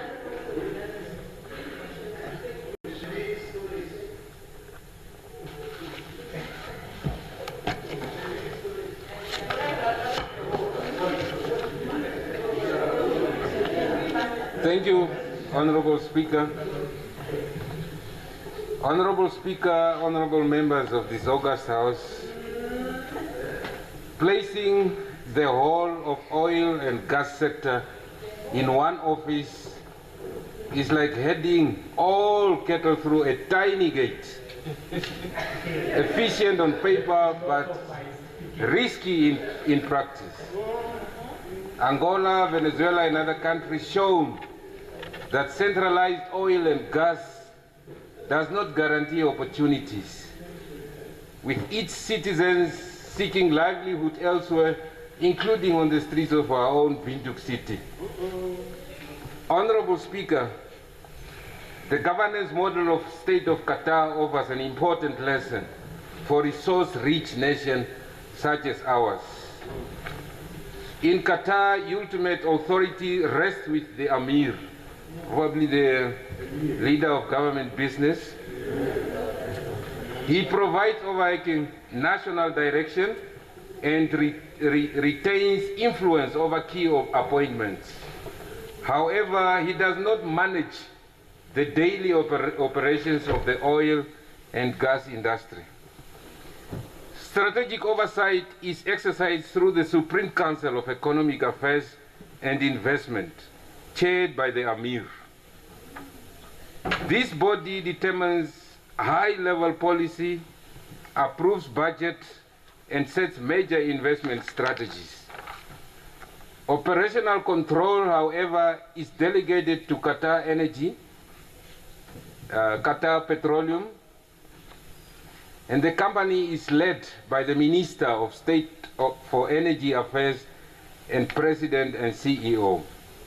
Qatar Energy is responsible for exploration, production, refining, transport, storage, and managing international partnership with companies such as Mobil, Total Energy, and Shell. In summary, Qatar separates strategic state authority from technical and commercial management. The political leadership sets direction. Professionals run the industry. Honorable members and honorable Speaker, if we are to debate whether Namibia's oil-gas sector should fall directly under the presidency, the Qatar model provides clarity. Firstly, concentration of operational authority in the presidency risks politicizing commercial decisions.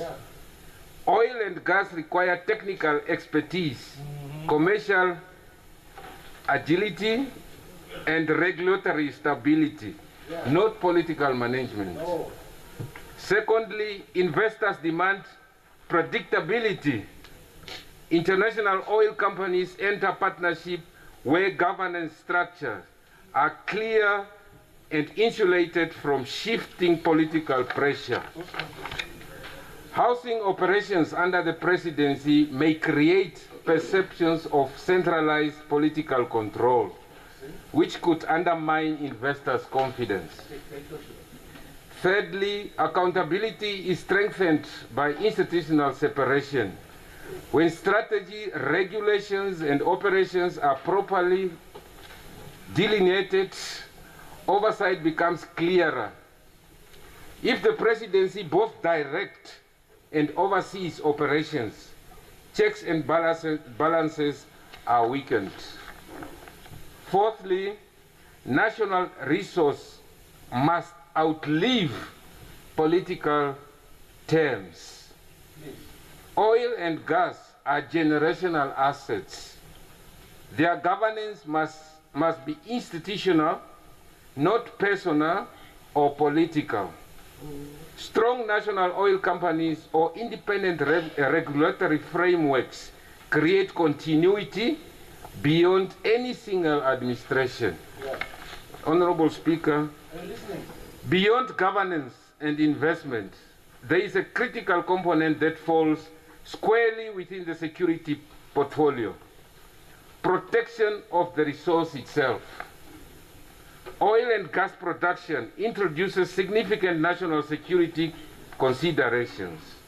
We must guard against illegal siphoning or underreporting of production volumes, manipulation of marketing systems, maritime theft or unauthorized offshore activity, and internal collusion leading to revenue leakage.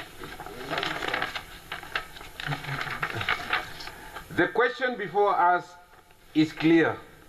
How do we ensure that every barrel extracted is accurately recorded, accounted for, and revenue properly remitted to the state?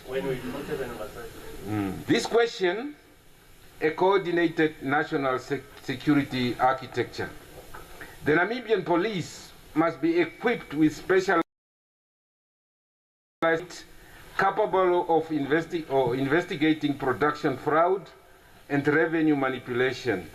The Namibian Navy must maintain offshore patrol capacity to monitor extraction zones, shipping lanes, and loading terminals to prevent illicit movement of petroleum resources.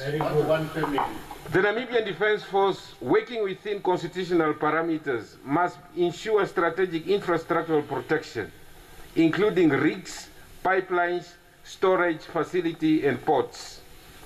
In addition, independent metering system, digital production tracking, and real-time state oversight mechanism must be institutionalized, not politically supervised, to prevent losses before they occur. Security oversight must function as a system of checks and balances, not as an extension of centralized executive control. If operational authority is centralized under the presidency, we risk blurring the lines between a regulator, operator, overseer, and so on. That weakens enforcement and creates vulnerability. Security must reinforce transparency, not replace it. Honorable Speaker, the evidence is unequivocal. Countries that concentrate control of strategic resources at the center of political power experience higher corruption risks, weaker oversight, and poorer development outcomes. Effective oil and gas governance depends on institutional independence, transparent procurement, professional management, and clear separation between political authority and commercial regulations. Reinforced by vigilant and properly structured security cluster. For Namibia to safeguard public trust, attract credible investment, and ensure that oil and gas revenues benefit all citizens, this sector must remain under robust, independent governance structures, not the presidency. We must choose accountability over convenience. We must choose system over personalities. We must choose institutions over concentration of power. We must choose transparency over direction. We must choose long-term national interests over short-term political control. Honorable Speaker, in this current form, this bill centralizes too much power, authority, and weakens essential safeguards. For this reason, unfortunately, I do not support this bill in its current form. I so submit. Honorable Itope.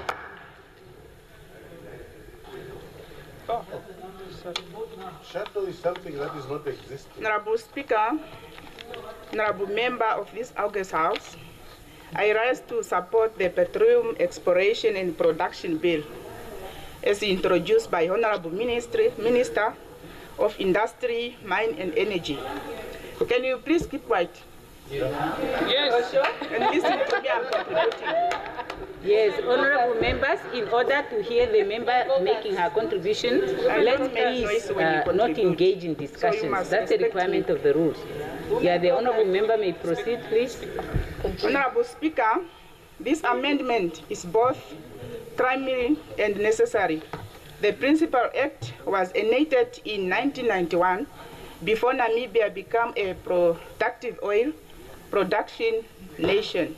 Today, our upstream petroleum sector is of strategic economic importance, and our government's framework must reflect that reality.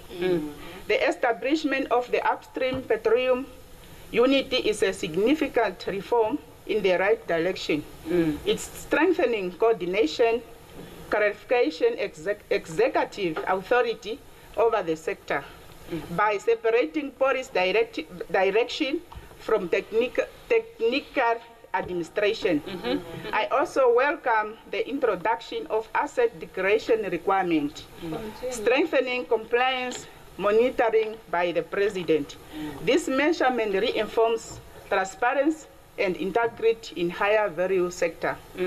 The bill emphasizes on sustainable development, safety and environmental compliance, and strong local content, promoting, ensuring that our petroleum resources contribute to a long-term national development rather than a short-term gain. The creation of a national upstream petroleum data safekeeping, further strengthening strategy oversight and transparency.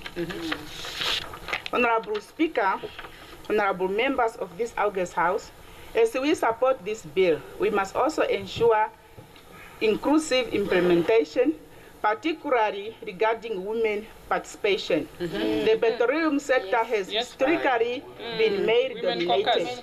As new leadership and technical positions are created, deliberate efforts must be made to ensure gender balance. Women must be included in leadership roles, technical field, local content opportunity, and skill development programs. Annual report should also reflect gender disaggregated data to promote accountability. In conclusion, honorable members, honorable Speaker, this amendment strengthening governance, enhance transparency, and build state capacity at a critical moment in Namibia development, which inclusive and responsible implementation, it can serve as a powerful instrument for sustainable national growth. I therefore support the amendment bill.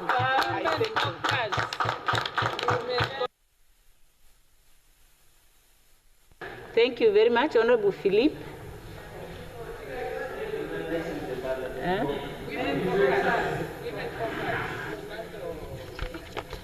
Thank you very much, Honorable Speaker. Honorable Speaker, my beautiful mother, Rebecca Philippe, told me that early, you should always speak the truth and nothing else but the truth. Because the truth will set you free. And that is what I'm going to do. We don't have shelter this side. The President of the Republic of Namibia has decided to assume responsibility for the oil and gas regulation previously vested in the Minister of Mines and Energy. This decision is grounded in the Constitution and in the relevant legislation. Article 32 sub 1c of the Namibian Constitution grants the President executive authority over public enterprises. Now, oil and gas resources, being a strategic national asset, fall within this ambit. The Petroleum Exploration Act of 1991, Act 2 of 1991, Section 2, Sub 2, allows the President to issue directives on matters of national interest. The decision to centralize oil and gas regulation is a valid exercise of this power. Oil and gas resources are critical to Namibia's economic development and energy security. The direct presidential oversight ensures alignment with its national development goals and strategic interests. Centralizing this regulation under the President's office streamlines the decision-making and enhances coordination given in this sector's complexity. Now, under Nigeria's new Petroleum Act, Act 2022, the President appoints the heads of national oil companies and regulatory bodies. This strong presidential role has helped Nigeria attract new investment by showing government's commitment. Namibia's proposal is similar in spirit. The President will appoint the UPU Director General and oversee strategy while routine regulation says technical. Secondly, I'm coming, Honorable Senior, Norway is often seen as a government's model separates policy from regulation. There, the Ministry of Energy sets policy while the Norwegian Petroleum Directorate hardens licensing. Namibia can adopt the best practice by clearly defining these rules. The President, through the UPU, would set the strategy and rules, but the UPU itself would make licensing decisions independently and on published terms. This blend of top-level leadership, clear agency responsibility in the hallmark of successful governance. The bill backers point out that many resource-rich nations involve their hands of state in the oil matters. When we look at the UAE, the Supreme Petroleum Council is chaired by the President of Abu Dhabi. I know that my honorable brother would say, no, this is a democracy, but yes, ensuring top-level oversight, though they use state oil companies rather than a single ministry, citing international practice, the minister noted countries like the UAE and Nigeria centralizes the upstream oversight at the highest level. These examples show Namibia is not alone in seeking strong executive coordination in the oil industry. Honorable Speaker, the President's decision is constitutional and it is in the national interest. It ensures effective governance and strategic oversight over Namibia's oil and gas resources. Our democratic institutions will not stop working just because a file moves to the office of the President. The Anti-Corruption Commission will investigate and arrest if any suspicious activities happen and are reported from the upper stream. Amen. Our judicial system will also continue to uphold the laws and orders. Our judicial system will also continue to uphold the laws and orders. No one is above the law. As you all know what the President said, corruption will be dealt like treason. Wherefore, the President's decision to assume responsibility for this oil and gas regulation is lawful and it should be upheld.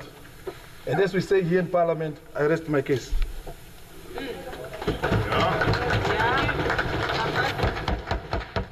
Honorable Hishono, he's done, eh? He's done, isn't he done? He's done, so you can't make a point of order when... No, I was not, I heard you. I know you are always trying to pass some kind of punches at me, but you are wrong. I heard you when you say point of order, and he was already saying, I rest my case. I heard that. So you are out of order. The Honorable Hishono, you may continue.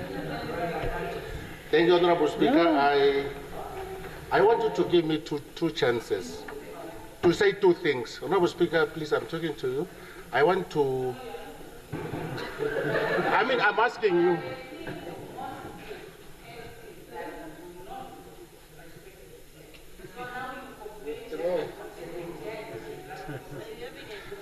Honorable Speaker, I have two things that I... No, you are one person who is always shouting from behind there. So I hear you, proceed. I would like to postpone this discussion to Tuesday next week so that I prepare very well from the education point of view. And number one. Number two, point of privilege. Please. No, Honorable Member, now there are other people on the list requesting for the floor, so you wait for them to make their contribution, and if they are not postponing, you can postpone. Yeah, Honorable Nekundi. Thank you very much, Honorable Speaker. The matter on the floor of this Parliament is not just a matter of a lawmaking, but it's an issue of a fundamental sovereignty of a state.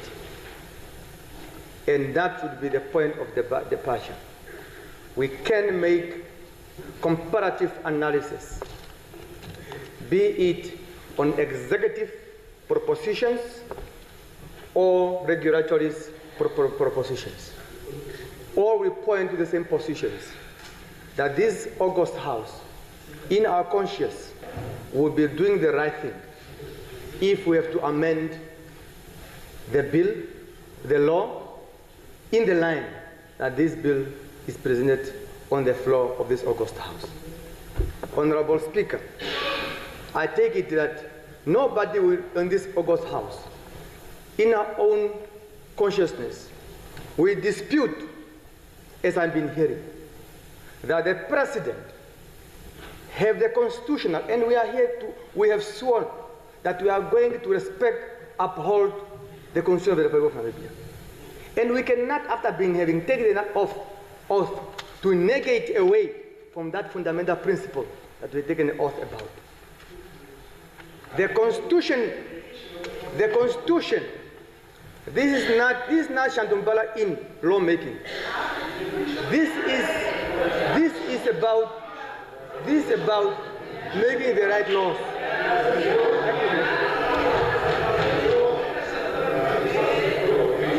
Shandumbala is a location.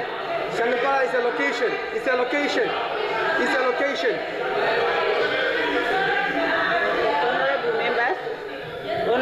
Honorable member, yeah, what is the point of order? Yes. How does it fit in this debate? Yeah. No, honorable members. So, Honorable Nekundi, what did you say about Shandumbala? No, I said this is an August House, this is not a Shandumbala Inn. What is Shandumbala Inn? Shandumbala Inn is a location. Yeah. Oh, okay. Oh, honorable members. Oh, honorable members. Oh, honorable members, I know that when we make these comments, honorable member, take your seat for a moment. Honorable member, I know that when we make these comments, we mean no harm, but truly speaking, it is degrading to a community of our people to be referred to. You know, I personally take offense when I hear members of countries in the geographic north, for example, saying this is not a LDC situation. Yeah, when there is chaos in the country, this is not LDC. They are implying that in LDC countries there is chaos, and I take offense. So if you say that a certain conduct that is unacceptable is like one that takes place in a locality where our people live, I'm sure that's not what you intended to do. Honorable member, that's disrespectful. It's disrespectful of Shandumbala. It's offensive to me as a Namibian that you will say an unbecoming behavior is befitting of behaviors in Shandumbala. It's stereotyping Shandumbala. So, honorable member, just withdraw that one. Honorable Speaker, I not refer to the location. You said it's a location. No, Honorable Speaker, we are in the politics. No. Shandumbala Inn, you know better than that. It's not the location. No, just withdraw that one. Honorable member, just withdraw and continue with your statement. Honorable Speaker, yes. I will withdraw, but everybody understood. No, just say I withdraw. I said I withdraw. Very good. I will say I withdraw. Very good. Honorable Speaker, indeed, as we are debating this bill. Now, what is the point of order, honorable member?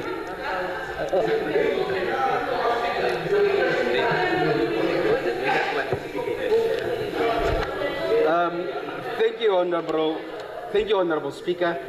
You know, I'm come from a very respectful background, whether you agree with me or not. But these continuous insinuations of the Honorable Member are becoming a bit too much.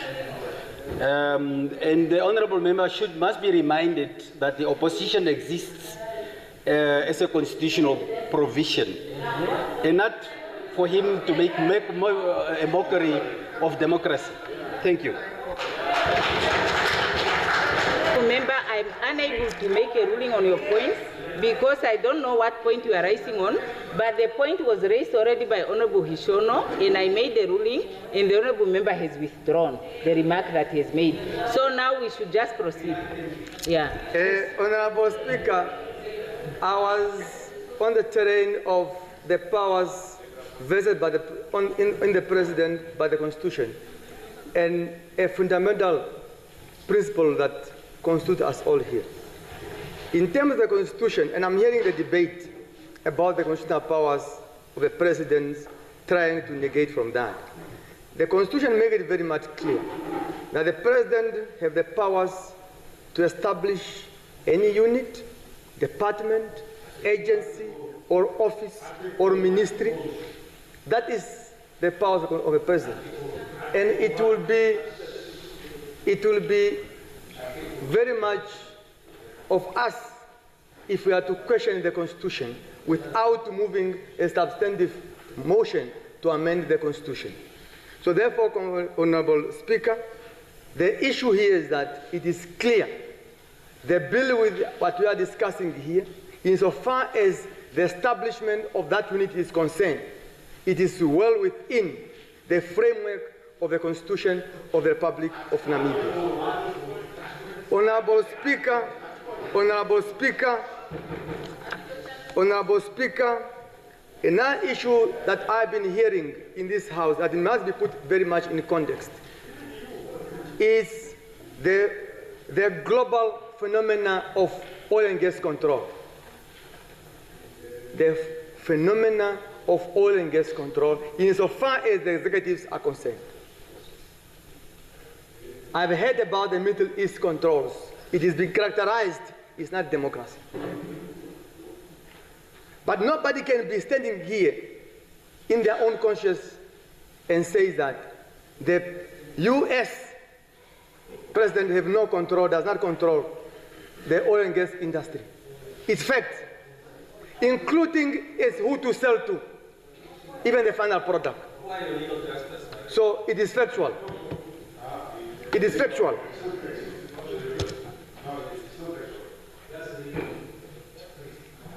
And I can, for example, take you to the federal leasing and drilling permits. It's under the president.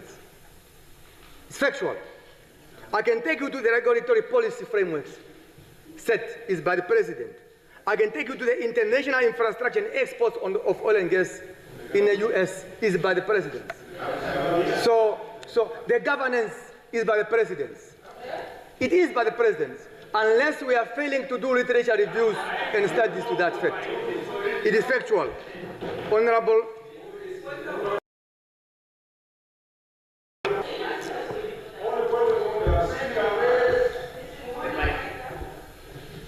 What rule is the House of Debate? Honorable member, just make your point of order. What is the point of order that you are raising? On the point of information.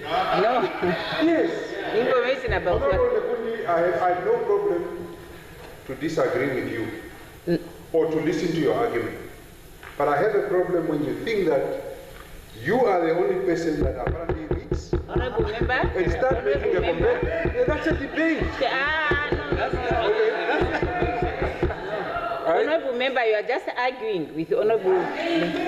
No, you can't do that. You ask for the floor, and I give you the floor to contradict what he says. Yeah, Honorable Nekundi, you have the floor. Unfortunately, he already spoke, so he can't take the floor anymore. On the turn of another member to take the floor. Honorable Speaker, ask for the floor in your debate. You get the floor. No. When a member, the rules are saying, when a member is given the floor by the presiding officer to speak, he or she will be heard in silence. Unless if there is a point of order that calls the House to the procedure that is violated by that member. You can't just disrupt another member and disagree with them. No. Honorable Nekundi, you have the floor. Thank you. No, you can't. Read the rules. Proceed, Honorable Member. Honorable Speaker, the bill on the floor, it have absolute interest. Honorable Speaker, it is very unfortunate that it seems, as we prepare to come to this August House to prepare, we somehow prepare faking facts.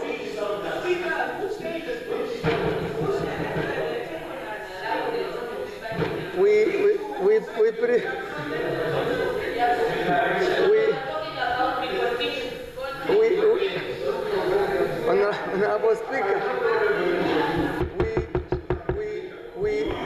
we are producing and brings to the floor of facts that does not exist. And that might be a situation where we found ourselves, because we debate in a vacuum, assuming it's what is in the documents.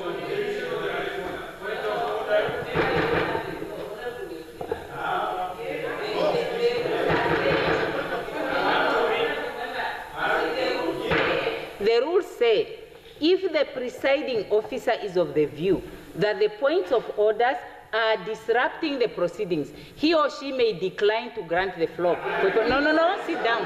Now you continue, Honorable Nekundi. You don't have a point of order. No, you are disrupting. Honorable member, take a seat. No, honorable member, no. No, honorable members, what you are doing is not right. No, you can't argue with other members by making point of order. No, I have not granted you the point of order. You are arguing with the chair now. It's a house that is democratic and democratic. Yes. No, you are now arguing, accusing the presiding officer. No, honorable member. No, honorable member. So I want to read for you that. No, I don't want what you don't have the floor. You cannot want to be heard when you don't want to hear the chair. The moment you don't want to comply with the ruling of the chair, I will also not grant you the floor to speak. Yeah, because the presiding officer must assign turns to members to speak. Nobody speaks out of 10. Yeah, honorable member, you have the floor. Thank you very much, Honorable Speaker. I was saying it is unfortunate that we have debates that create a gap between the facts on the tables and the assumptions. And that creates a fundamental challenge. We have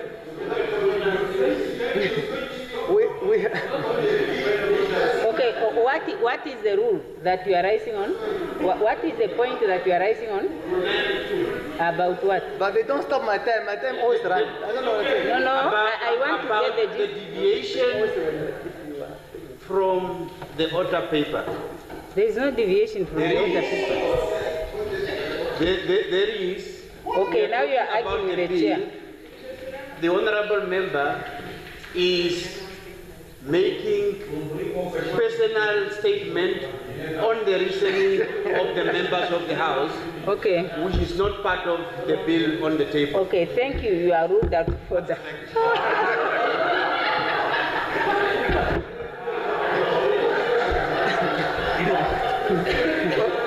my time, Secretary, my time is really reduced. It must be reset to 8 minutes.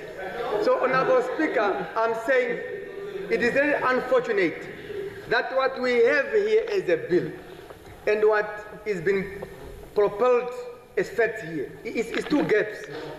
In that this bill clearly set the objective of the unit, and nobody here, I have not anybody objecting to the object of the bill. So that means we are in agreement to the object of the bill. Honorable member, on what point are you raising? Likes rules so much, I will cite the rule. Rule 92.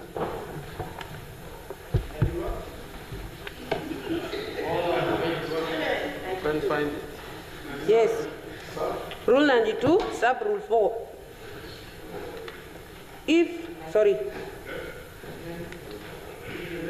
Yes, sub rule 3. The member raising the point of order must commence by quoting the standing rule concerned, or at least the principle or subject matter. Honorable Speaker, it's not just about coming here and saying no rule, what procedure, what. So, Honorable Speaker, your point is relating to? Yes, subject matter is this bill that is on the floor of the House, that all members are allowed to actually debate and not just come give each other lectures. Yeah. Honorable Speaker, so what is the point of order? What is the violation of the procedure that is? No, it's not just about violations of procedure. Make also the point, debate. honorable member. Make your point. But Speaker, I don't understand that thing. No, just proceed, honorable member. It's the not time right. is going. Honorable Speaker, I don't think that it is right for Honorable Nekundi to come to this House and say, I have never had a member actually oppose this bill on the basis of Honourable what Member, is you are out presented of in the order. bill, because You are that is out of incorrect. order now. How am I out You of order, are Honourable disagreeing Speaker? with Honourable Nekundi. Just I am put up your allowed, hand Honourable and you are Speaker, giving... I am allowed to disagree with a member. I cannot not just through sit a point here of order. like I'm a... Not through a but point of Speaker, order. you are also out of order No, now. no, you are out of order. you're also out of Take your order. You are out of order. You are out of order. You are out of order. You are out of order. You are out of order, Honourable Member. Honourable Member, you are out of order. You are out of order. Honourable Member, you are out of order. No. You are out of order. You are out of order. Take your seat, Honourable Member. Take your seat, Honourable Member. Honourable Nekundi, please continue. Continue, Honourable Nekundi. Honourable Nekundi, take the floor. Take your seat, Honourable Member. You are arguing, you are out of order. You are out of order. Take your seat, Honourable Member. Take your seat. Now, Honourable Nekundi, your time is going. We are not stopping the clock. Continue, continue. Continue, continue. Yeah, continue, Honourable Member. I'm the parliamentary. Member, take your seat. You are out of order. You are out of order. You are just being disrespectful. Honourable Nekundi, don't stop the clock. Secretariat, the clock must move. Honourable Nekundi, get up and talk. Please continue. But how does You are out of order. You are out of order. No, Honourable Members, really, you are out of order. No. I'm not giving the floor to you. No. You asked for the floor to contribute. No, you are out of order. And you always are. Anyway, Honourable, continue. Continue. Honourable Nekundi, take the floor. Yeah, Honourable Speaker, I must abide. No, continue, please. Honourable Speaker, I get you, but I must continue. Continue. Honourable Speaker, continue, Honourable Member. You can't say you can't talk when somebody is speaking. Because I am Honourable Speaker. The rules are clear. The rules are clear. I'm about the rules. The rules are saying when you are asked to speak by the presiding officer, you must say. Yeah. Proceed.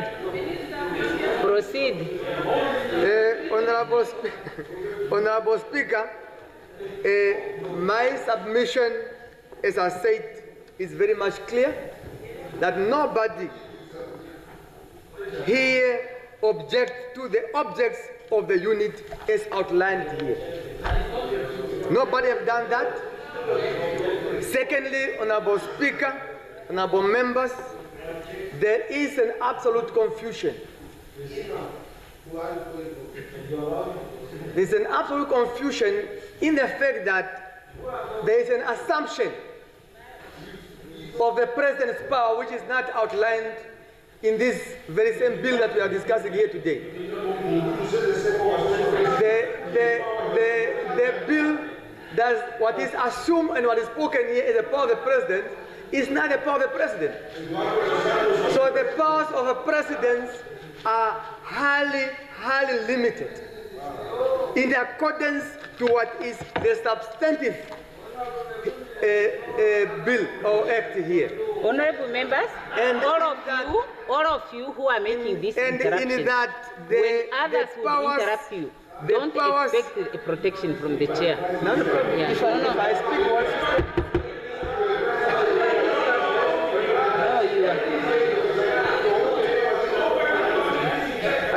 Okay, there is no one on the floor. Now what is the... No, he's sitting. He's sitting now.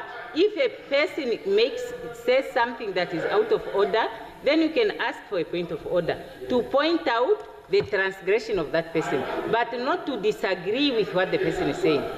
So, Honourable Nekundi, are you done or you are still on the floor? Okay, so... because the rule says if somebody speaks, I must take their seat. Yeah. Okay.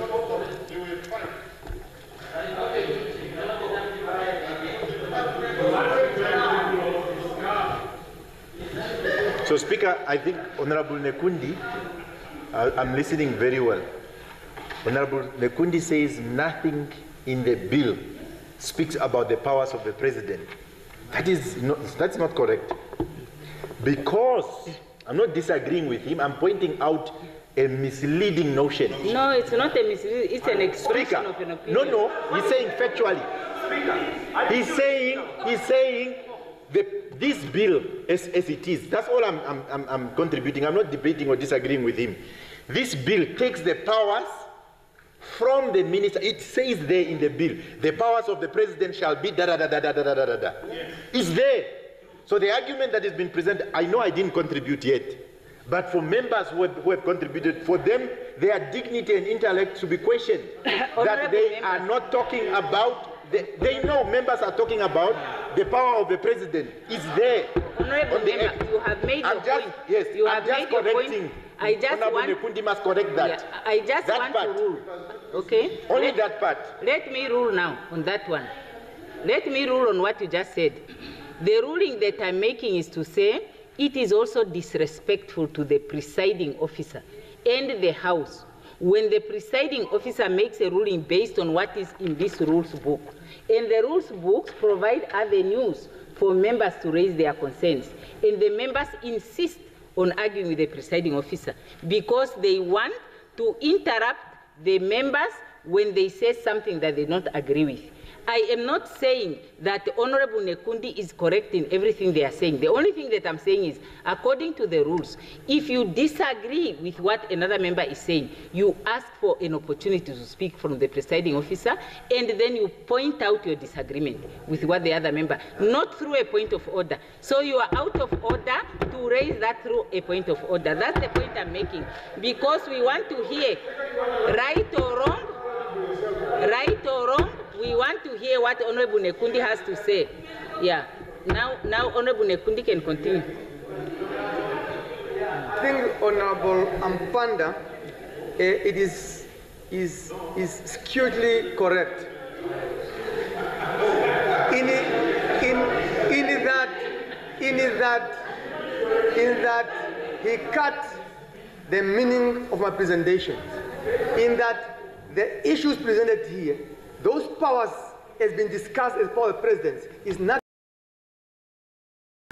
still have the power of president, but it's not in the context as presented. Because the power of president is contextualized here. It's completely different from what the power is here and what is portrayed there. Insofar as the issues and control of the permits and so forth, that is not in the context of this bill, the power of the president. That's what I'm presenting. And it's very much clear here. The power of the president here is under section 3, whereas what has been construed as the power of the president here, those are the powers of the Director General. So therefore, that's what I'm saying. I understand, but it's curiously presented. Therefore, Honorable Speaker, honorable members, this bill requires us to appreciate the commodities we are talking today, and to what extent does it present the risk to a state is standing in a generality of its sovereignty, and to what extent can our nation can be undermined if we do not guard the interest, and we must appreciate.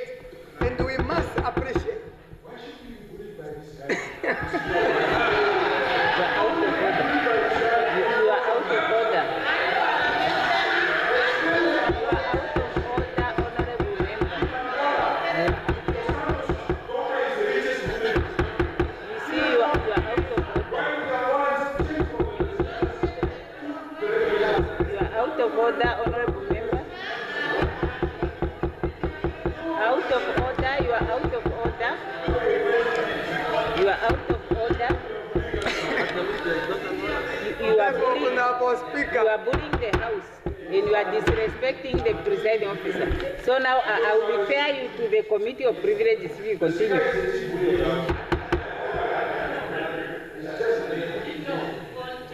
Proceed. Therefore, Honorable Speaker, this bill, PDM is misbehaving. This bill, in order for us to preserve our sovereignty, in order for us to ensure that we accelerate the program of truly ensuring that our resources benefit the poorest of the poorest of this nation.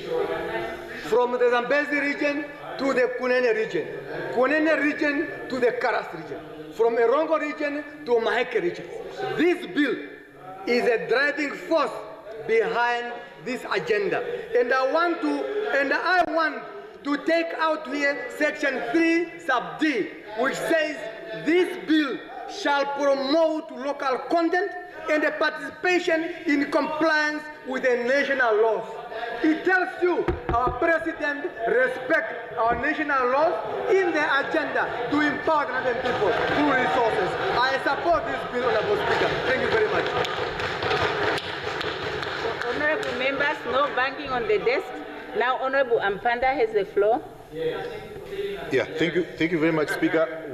Tomorrow we are going to committee stage, and that committee stage goes until the 13th of April.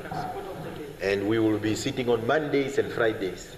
On that basis, so that we can assist Honorable Nekundi properly. Yeah, and we were, I think the contribution from members were of quality. From both sides, the debate has emerged. So on that basis, Speaker, I move, I adjourn the debate to the 21st of April. To the 21st of April. Yes, thank you. There is a proposal. Is there any objection to that proposal? Okay, none. So the debate is adjourned to, is it the 21st? Yeah, to the 21st. Now the Secretary would read the third order of the day. Resumption of committee stage, mental health bill. Does the Honorable Minister of Health and Social Services? Yeah.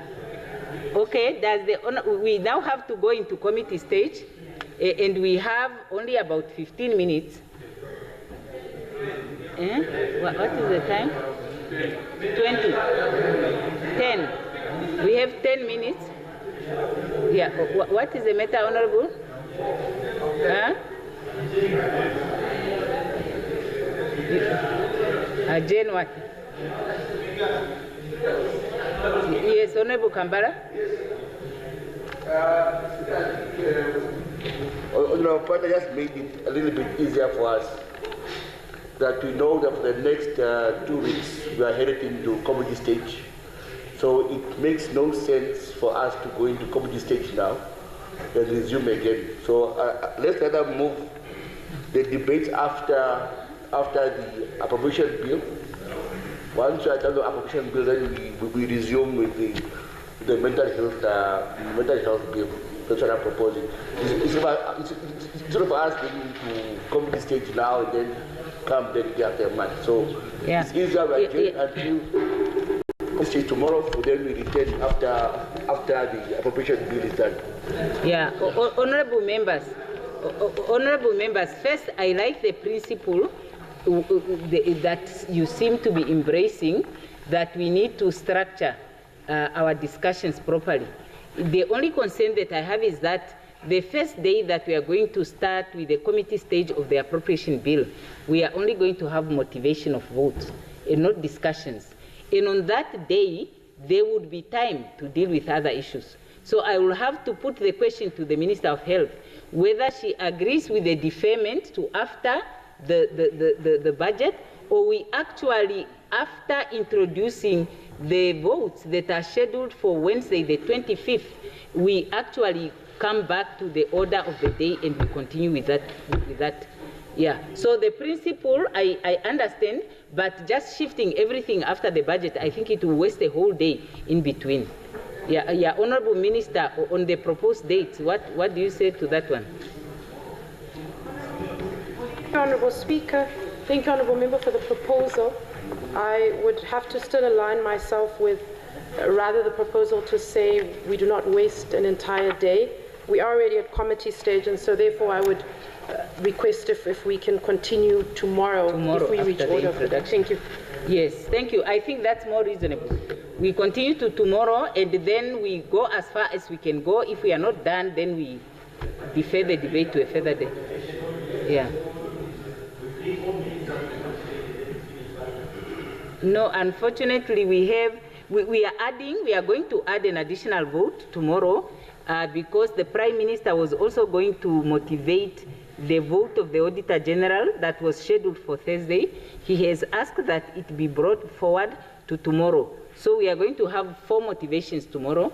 And when we are done with that, if we go by the spirit of the suggestion of the Prime Minister, then we will have time to go to the committee stage of the mental health bill. This is a very, very important matter, and we also need to consider it and get finished with it so we start to implement the ideas that we are going to espouse here.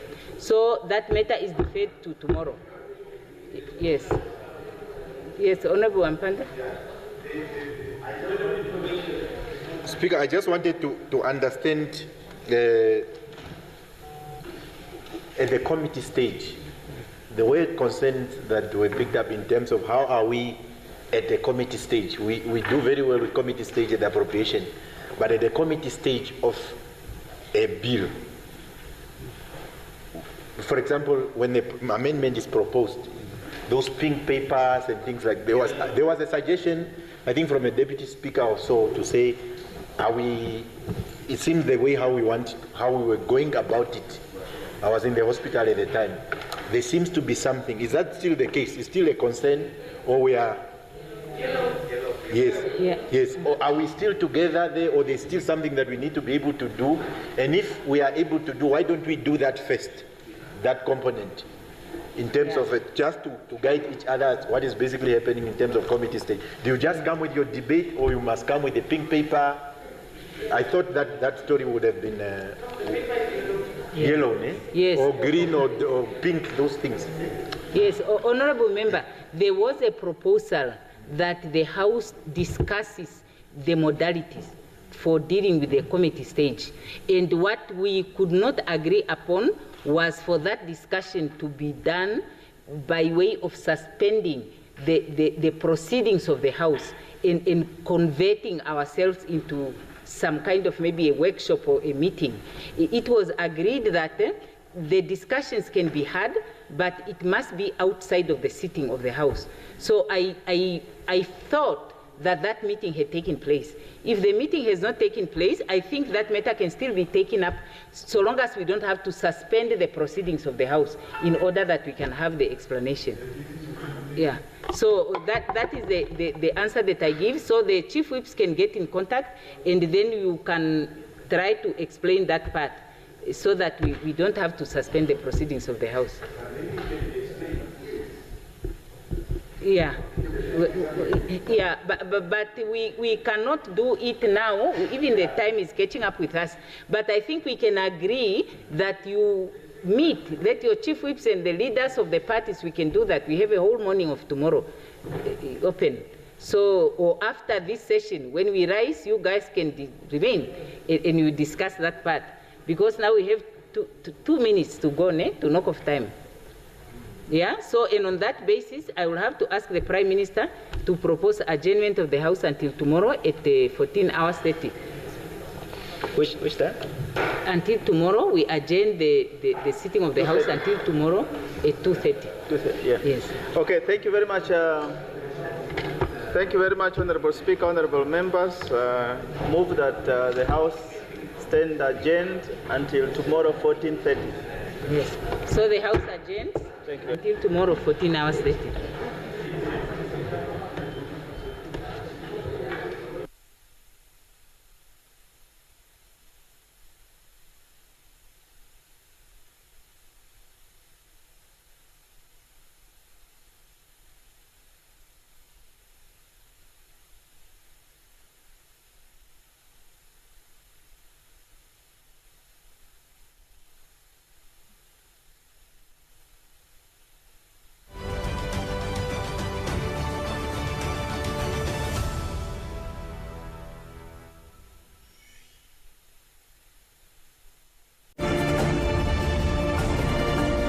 This is NBC1. It's ours.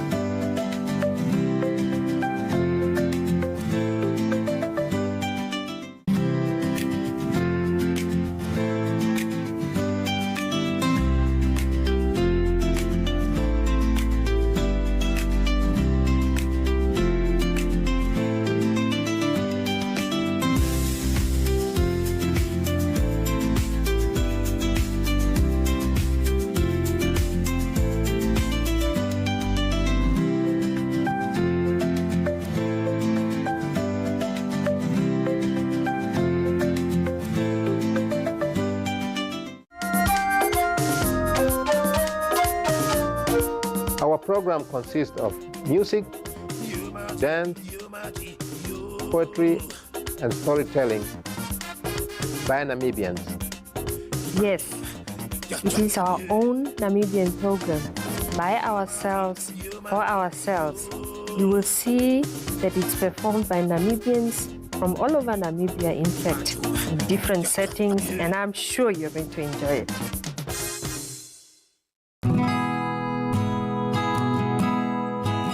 Some relationships don't end, they just change form. One person stays loyal, the other starts living a second life. And sometimes, everyone knows. Join Tupopiani for part 2 of the discussion on Cheating Chronicles, Side Chicks, Side Dudes, and Open Secrets. Only on NBC, your home channel.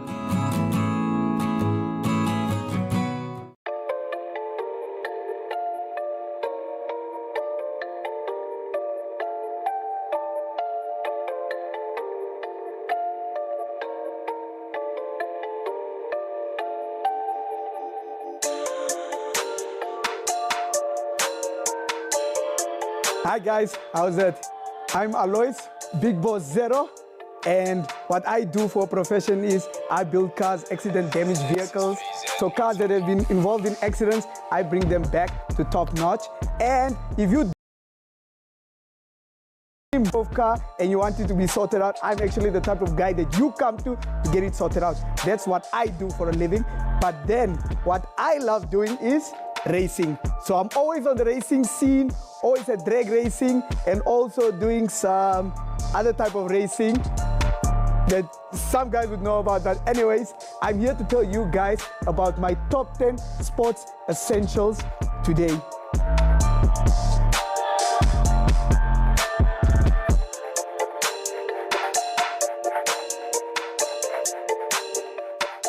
So guys, this is nitros. So this is what we use in our vehicles to give it that extra boost.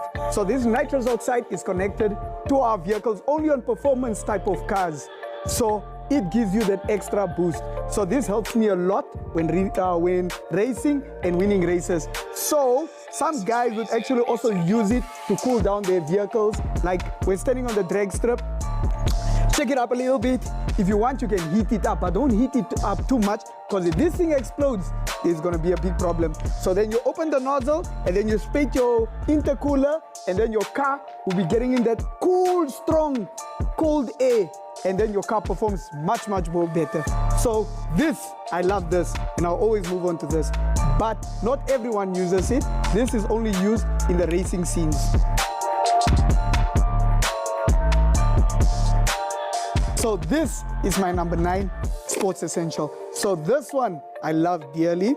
So I got this one a while back, and ever since I've had it, I've always kept it by my side. I got a lot of different other helmets which I use for quad biking, riding bikes and stuff like that. But this one is the one that makes me win all my races. They know me out there. But anyways, so yeah, this black one is the one I use for my black racing car. Which I also use as a road car, but on the drag strip, 0NA, this is the one I use. This one keeps me safe at all times. I haven't been involved in an accident yet. Okay, I wouldn't use the word yet, because things can happen. But anyways, yeah, I always try and stay safe.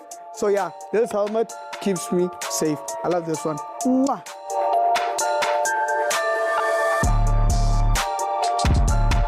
For my number 8, this is my hand gear for when I work out. So I do a lot of working out. I usually work out like 3 to 4 times a week. A lot of people would notice that, people that greet me usually would notice that I got very soft hands. Very, very soft, extremely soft. So I always keep my hands protected. This is what I use to lift my weights. If I do not have this at the gym, I'm not going to go in. I'll turn back, get into my car, and go back home.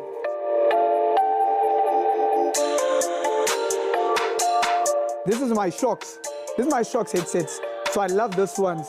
This ones is like, the way they created this ones, they're different from other headsets because they do not go into your ears.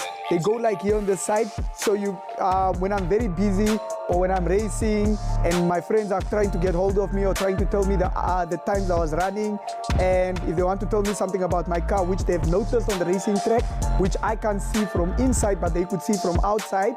And also when I'm at the gym, I also like taking them with, or while working also and my hands are busy, I usually have my headsets on because I get cold a lot. Yo, extremely too much. Sipa paya. This is my car chargers. I always have to move around with the car charger in my pocket, in my bag, in my suitcase. I own about maybe 20 car chargers. In every car that I own or drive in, has a car charger. Like, I even built in, last week, yeah, I built like car chargers, permanent car chargers in my car because I'm always losing them, but I can't live without them. Guys, this, my favorite energy drink. I've been with Monster for a couple of years now, ever since I started working with cars. Even before that, I've always stick to Monster. I'll be like consistently with Monster about 10 years. 10 years. Yo, I started at a young age. Yo, hey man, let me even take a sip right now. Smaak soos 'n engeltjie op my tong gepiep het.